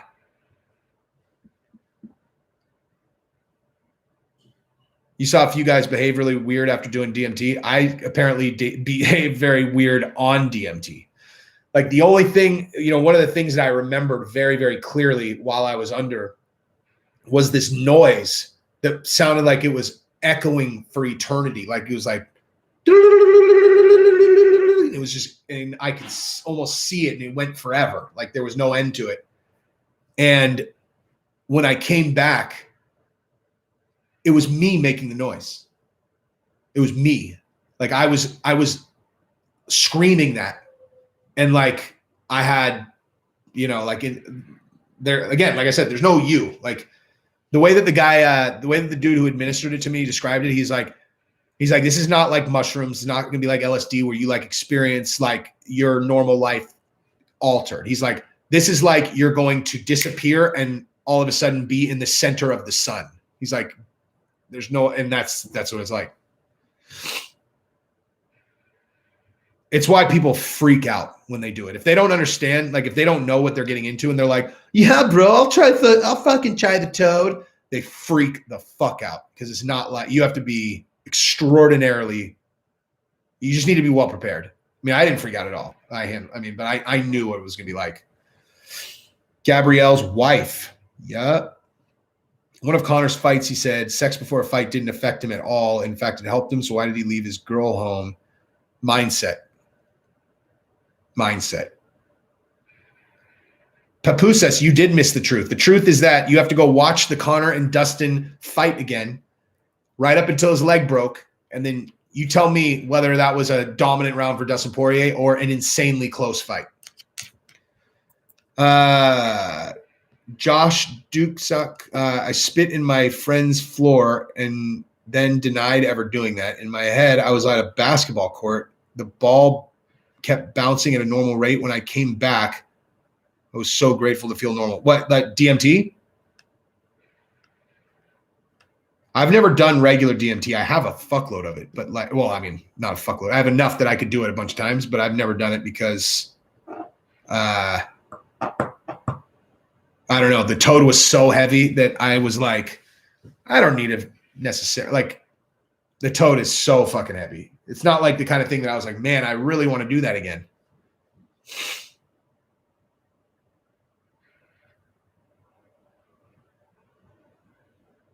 It's not horrible though. Like it wasn't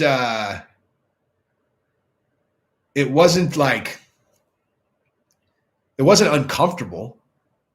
And actually I had, while I was so you do it, you go to La La Land, you come back, and then you're kind of half in reality for a while. And during that period, I made this realization about something that was going on in my life that I acted on, which was incredibly beneficial. Like I would have been in a really bad spot and I wanted it, and I wouldn't have otherwise. You get DMT trip results off cigars. Weird. I'm going to say, have you ever done DMT? Because I don't think that you're getting DMT trip off anything other than DMT. Marbler, very much. Keep running with your channel, brother. Killing it. It's pretty fast. Good job. Thank you very much.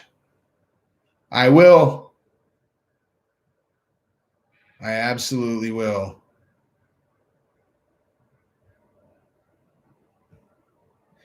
Yeah, I mean, I am,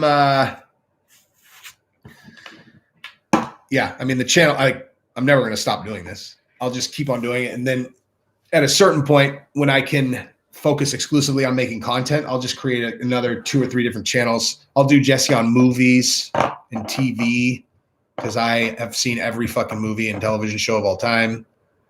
I'll create a channel for Gabrielle. Yeah. And fuck, dude, I got to get all this podcast shit set up, dude. I have a lot of expensive podcast equipment in this office, and I just need to set it up and do it. I didn't realize how much money people made podcasting, dude. Someone was like, just because I don't listen to them, I just watch YouTube. Black Rifle Coffee, New York Times article. I don't know anything about it. Hang on. Fuck the New York Times, though. Can Black Rifle Coffee become the Starbucks of the right? Fuck yeah. Look at Matt Best. Speaking of guys with fucking smoke show wives.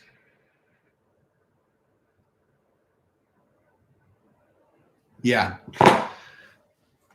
I will be very excited when Black Rifle sponsors my channel, which will happen at some point. Jesse on wife, the OnlyFans. Yeah, duh. Matt Best only has 1 T in his name. Dude, that just reminded me. The Fabia thing. So someone in the comments directed me towards this guy who had gone to his college and was telling stories about Fabia in college. I'm going to read you guys one of these right now, and then I'm going to make a video about it, actually, because I've been meaning to do that today. And hang on, I'll read you one of these. You guys are going to fucking die, dude. God damn it. Okay, check this out. Oh, man. All right. Are you guys ready?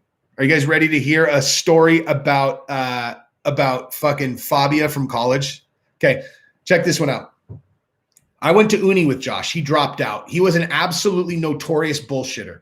He claimed he walked on for the wrestling team, and when the team captain overheard him saying this at a party, he bullied him and stripped him down so brutally that Josh stormed out.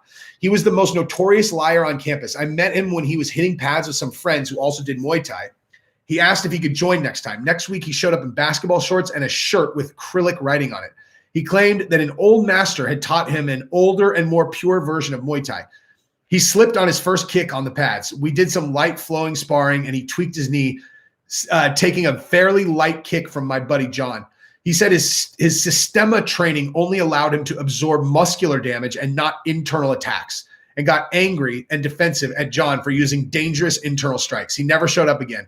A kin student mentioned that Josh had gotten into an argument with a professor over being biased to Western physio idolatry and brought up the grandpa stroke story. Also, Josh is definitely gay. Dude, there are so many more of those. Like, that one's not even. Hang on, I'll read you guys another one.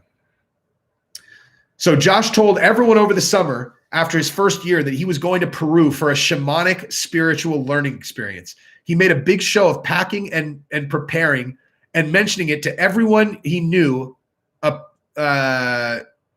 apropos of nothing. I don't know if that's a word that I should know. Despite his reputation, most people believed he was going. His roommate came by to their dorm in the summer to pick up something he had forgotten and realized that Josh had been hiding in his dorm and skulking around campus with a hoodie pulled over his head low when he should have been deep in the jungle a week ago already. He made a bunch of excuses. Flight got canceled, rainy season, shaman got sick, etc. Even though Josh said he was going later because the trip was postponed, people spotted him trying to be stealth. Next semester, someone sussed out that he had failed some courses and had retaken them over the summer. Everyone who wasn't on campus then got an earful from Josh about his life-changing experience. He had fashioned shamanistic-looking garb out of random bits of foliage and old shirts and shit. He didn't wear shoes on campus for a month and said stuff in Spanish to people while smiling with his hands clasped instead of greeting them. He was lecturing some of his weird spiritual groupies during a meditation session when someone who knew his grift yelled, "Hey, isn't that the guy who faked going to Peru?" This activated Josh's favorite defense when confronted by someone who didn't physically intimidate him. Confront them with self-help nonsense. Why are you entering this mentally pacified space with hatred, bro? You don't know me, and yet you disrespect me? Shit like that. The guy who said it brought up that he knew 3 people in the class that Josh was taking while he was supposed to be chugging ayahuasca in a bejeweled jungle cave, and Josh got quiet.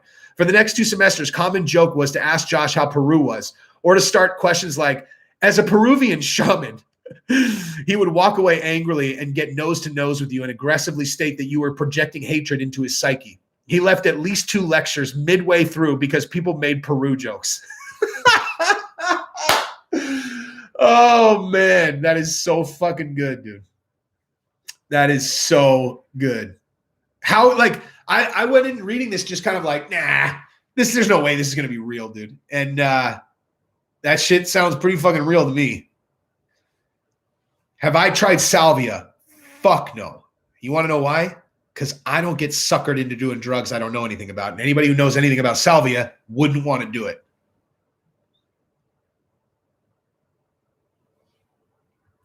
I'll save the rest of these for the video. I'm going to, I'll do in advance, guys, in advance. The title of that video is going to be Josh Fabia's college roommate exposes his past. Something like that, So, yeah, mushrooms are great. Bisping said it was absolutely a 10-8. He didn't, I guarantee he hadn't watched the fight again. I guarantee, because I thought the same thing. And then I watched it again. It was ridiculous. You're going to be safe, little guy.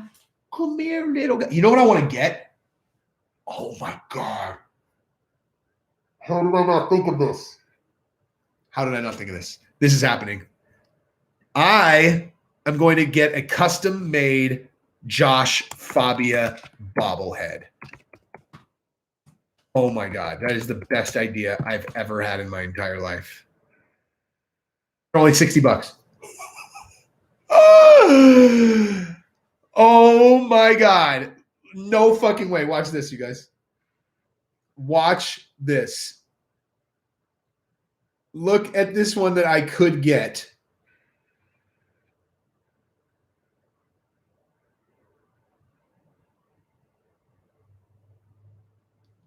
Look at this. Look at that custom bobblehead. If I make that, Josh, do you think people will think that's funny? Because I do. Bent over with a handprint on his ass. I like it. Your wife is in me DMs. Yeah, I bet she is. Bet she is. Beat drug is cocaine. Nope.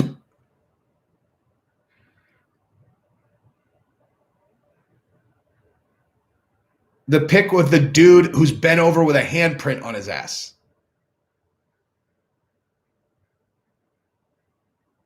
Organic healer, you just hit 10K steps on your Fitbit. Boom. Good job, bro. Good job. MMA casual. Hey, want to do DMT and eat elk meat? I've never eaten elk meat. And I'm not suggesting anyone do DMT if you're not ready to die and come back. Dude, Shagmaster could tell I needed that hit, dude. You're right. You're also not 17. Oh, God, it's so good. Oh, that's that Sinix, son. Don't ever start. $5, Misfit Brit. Thank you very much. I will get it. My projections for tonight are Islam Makhachev and I hope Misha.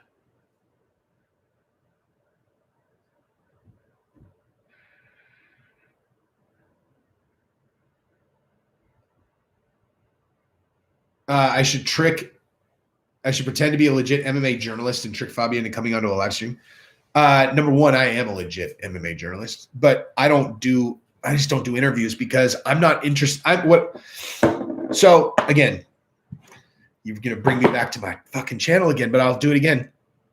So three things that you need to focus on. A, make the content good. B, give them something to click on. And 3, you have to be original. Like if you're just doing the same shit as everybody else, then like, why would anybody click? And my thing, I don't do interviews. It's not because I don't have access, obviously. It's because everyone else does that shit. Yes. Steve Madden. I've never known, dude, since when were you fucking, I don't know if you've ever been on one of my lives, dude. You guys, Steve Madden just had sex with fucking Josh Fabia. Ask him about it. Ask him what it was like. Anyone notice he's a pro at whatever being talked about? Yep. I'm a pro at what? I'm always sniffling because I have central sleep apnea. So I have to sleep with a CPAP. And if my nose is stuffed, I can't fucking breathe. And so I have to use this. And then once you've used this once, you're fucked. Sadly, all you do is lie. So I'll tell you what, name one lie that I've ever told. Go. Name one. Sniffing Addies, dude. Grow up. Who still sniffs Addies? Pro at life is right. I'm a professional YouTuber now. You're like, damn apples. Did DMT change my religion change my religion views? Let's discuss that another day. No.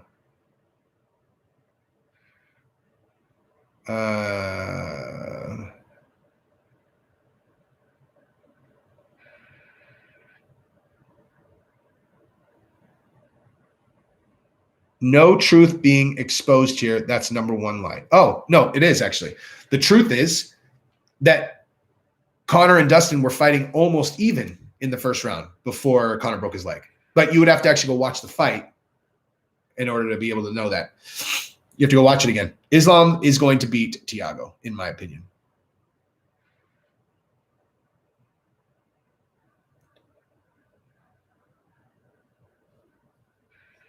Colby Covington. What's up, dude? What is up? You are 40 years old, nerd juicehead. Only a fucking child would think that that is an insult to a person like me, dog. Because here's my response to that. You should just go like this. Please fucking God, let me have Jesse's life when I'm his age. Please, God. Just in even one category, if I had even part of his life, I will have won. Because I'm beating you in every single category of life, and you'll never get to where I am. So, assuming that's not actually Colby Covington, because if that's the case, you are beating me in lots of categories. Why did two judges have a 10-8? Because they're retards. That's why we had to expose the truth. My wife is in Fabia's DMs. I know. She's like, oh my God. Speaking of Fabia, since it looks like we have some School of Self-Awareness guys, ooh, this is really going to piss you guys off. Watch this. So I'm going to show you guys a little picture. Oh, look at your boyfriend. Look at your boyfriend. That's from Facebook. Can you guys read that? Where the haters are all out in full effect. If you can't bear all, the question is, what are you hiding? Haters hate because they're hiding, and it hurts them to see powerful beings living full blah, blah, blah. That's him naked. He posted that.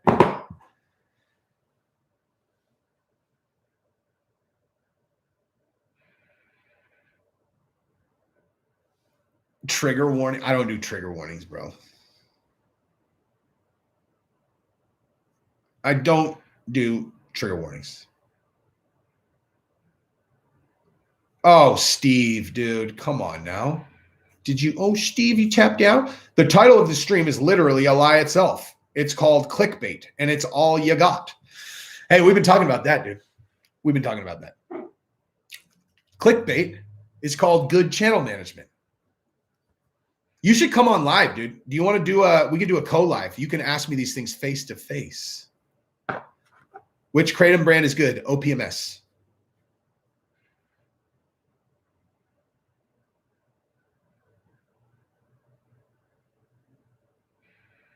I didn't say Conor won the round. I didn't say Conor won the round at all. I never said that. I said that the idea that it was 10-8 is absolutely ludicrous. Until the last second after Conor broke his leg. Till like I actually had that does change things. But like prior to him breaking his leg, it's absurd. Not even close.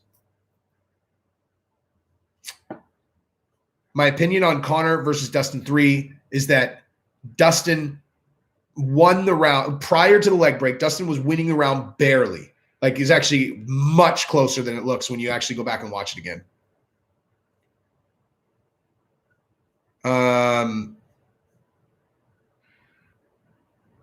I'm not pushing Kratom.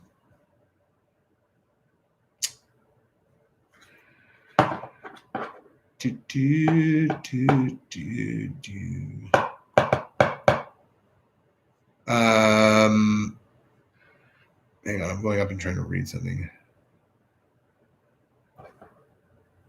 Clickbait is called lying to your fans.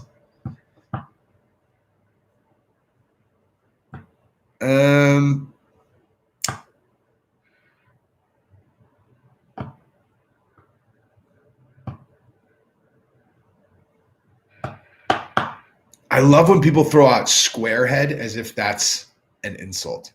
You're like, you understand to a person with a square head, that is a good thing. That means you have a strong jaw like a man.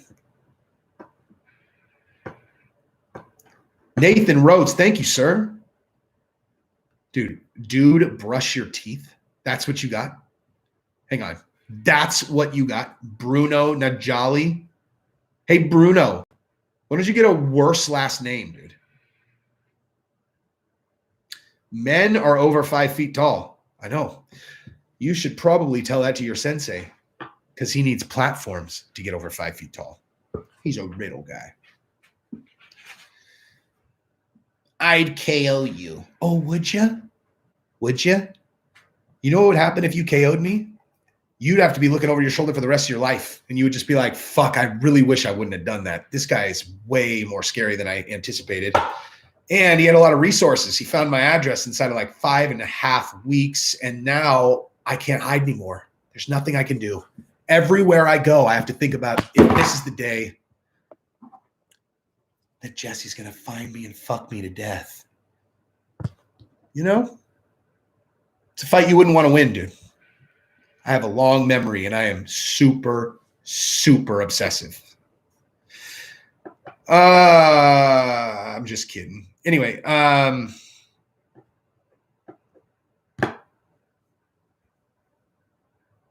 my God. Dude, the School of Self-Awareness actually really got on here. Yes. Okay, check it out, you guys. Let's see. I am going to read you guys. This is awesome. Now that we've actually got the School of Self-Awareness on, I'm going to read you guys more stories about Josh from college. You guys earned this, dude. You guys wanted to come on and fuck around. Okay, here's one. Here, you guys want a good one? Here's a couple. Josh's parents are deeply ashamed of him. He basically never mentions them for a reason. A guy I met in third year was dorm mates with him, which is an utter nightmare, apparently. Josh insisted on taking pictures with him, offering him messages and free lessons in self-defense, yoga, etc. He literally found excuses to touch dudes inappropriately. This guy tried to take it, for the record, this is just me reading a Reddit thread. I have no idea if this is true.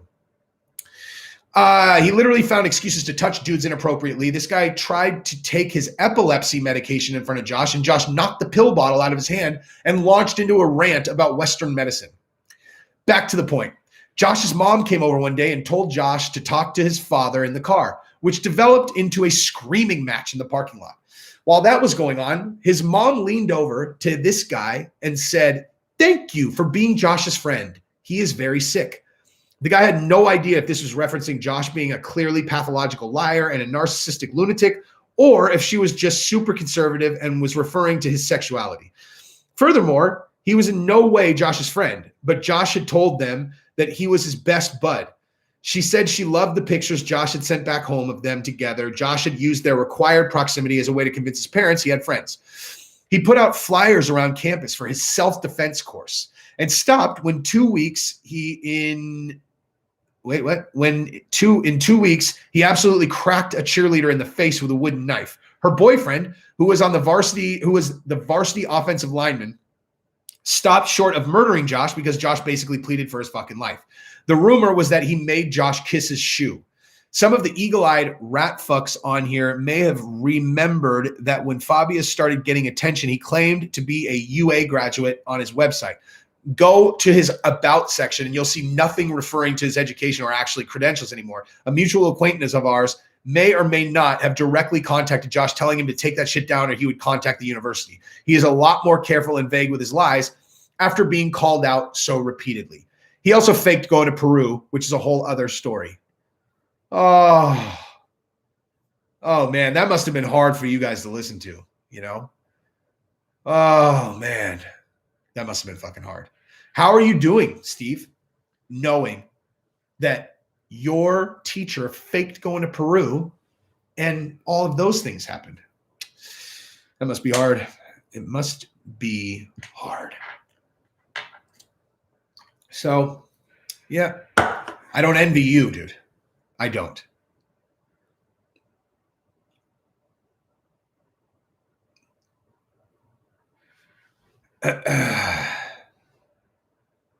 Lewis He, roast me, bro.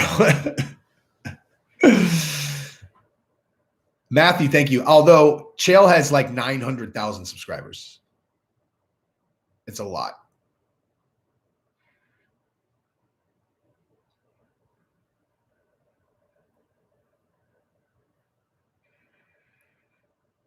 I will tell you this.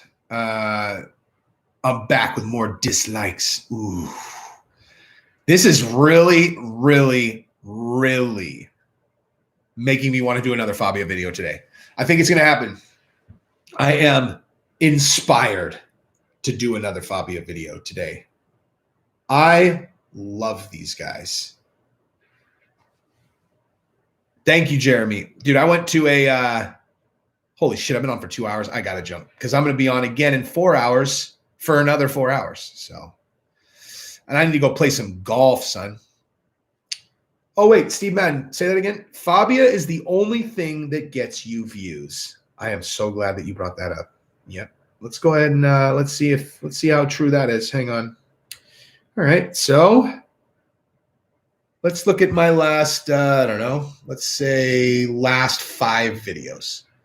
Can John Kavanagh remain as coach for Conor? 39,000 views. Josh Fabia's back, 48,000 views.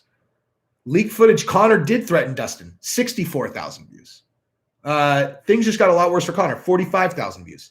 Conor releases proof, 203,000 views. So out of the views I got for the last 5 videos, Fabia accounted for about 17% of them. So suck on that, bitch.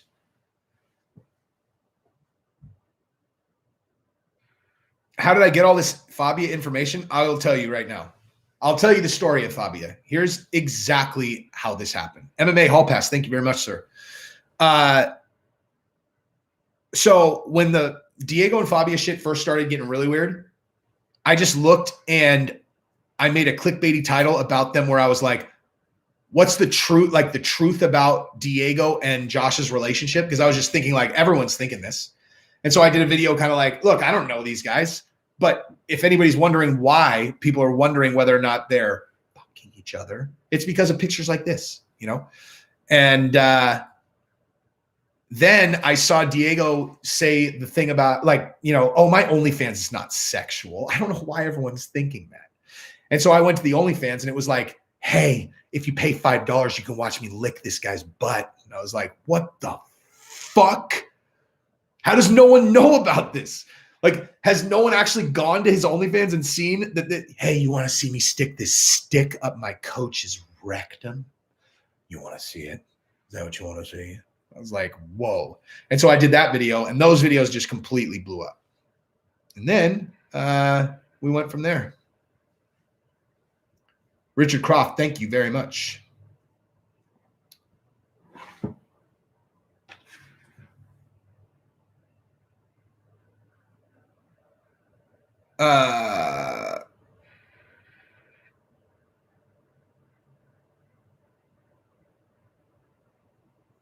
Do I have ADD? Fuck yeah, I have ADD.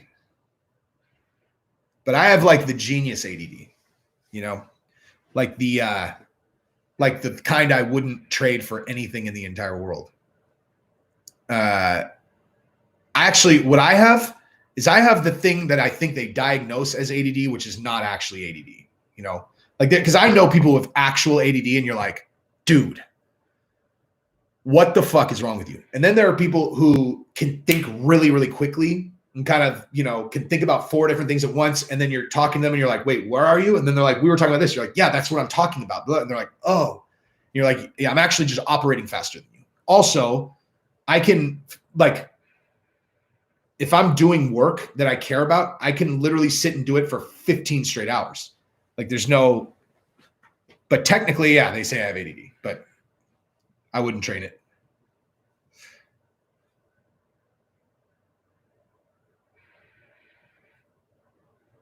Juzba, me too. I would.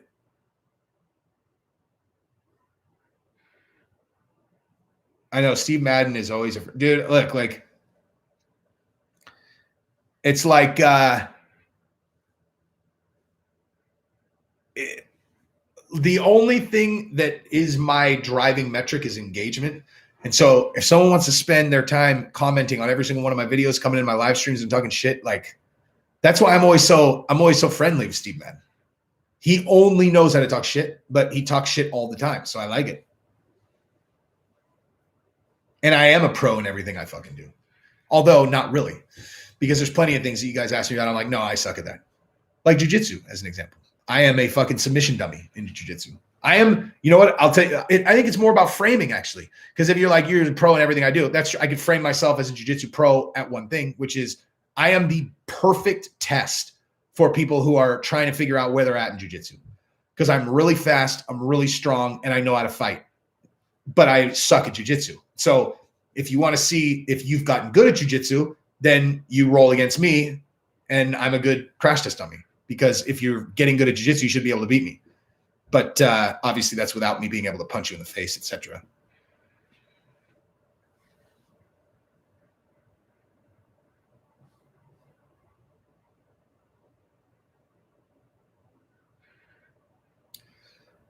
No, I'm not a spaz. I am, well, I have smashed my face into someone's face and like, walked off the mat bleeding my face off before. So yeah, kind of.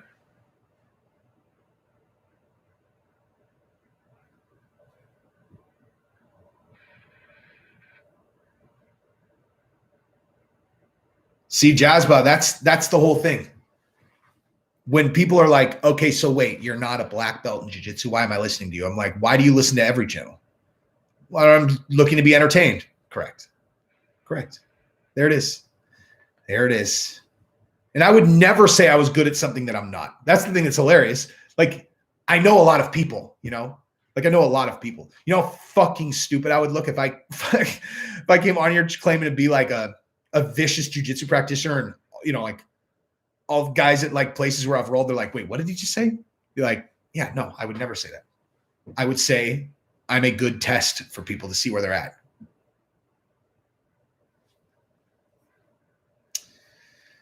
All right, I'm gonna go hit golf balls. And then I'll be on with the whole family later tonight. Now, if you want to know something I am good at, golf, son. Actually, not really. Not really. Hang on. The fuck?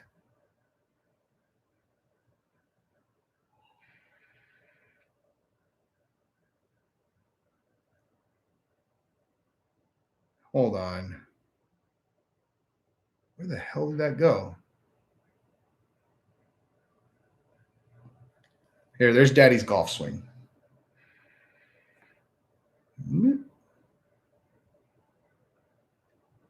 My golf swing's a lot better than my jiu-jitsu.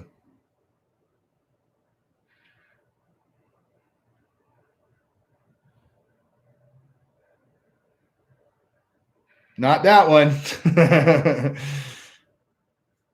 Anywho, so I'm going to go do that.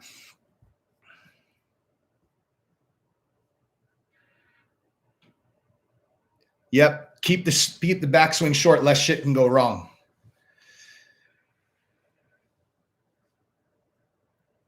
The brand of my hat is Melon. My buddy owns this company. He's my fraternity brother. Melin.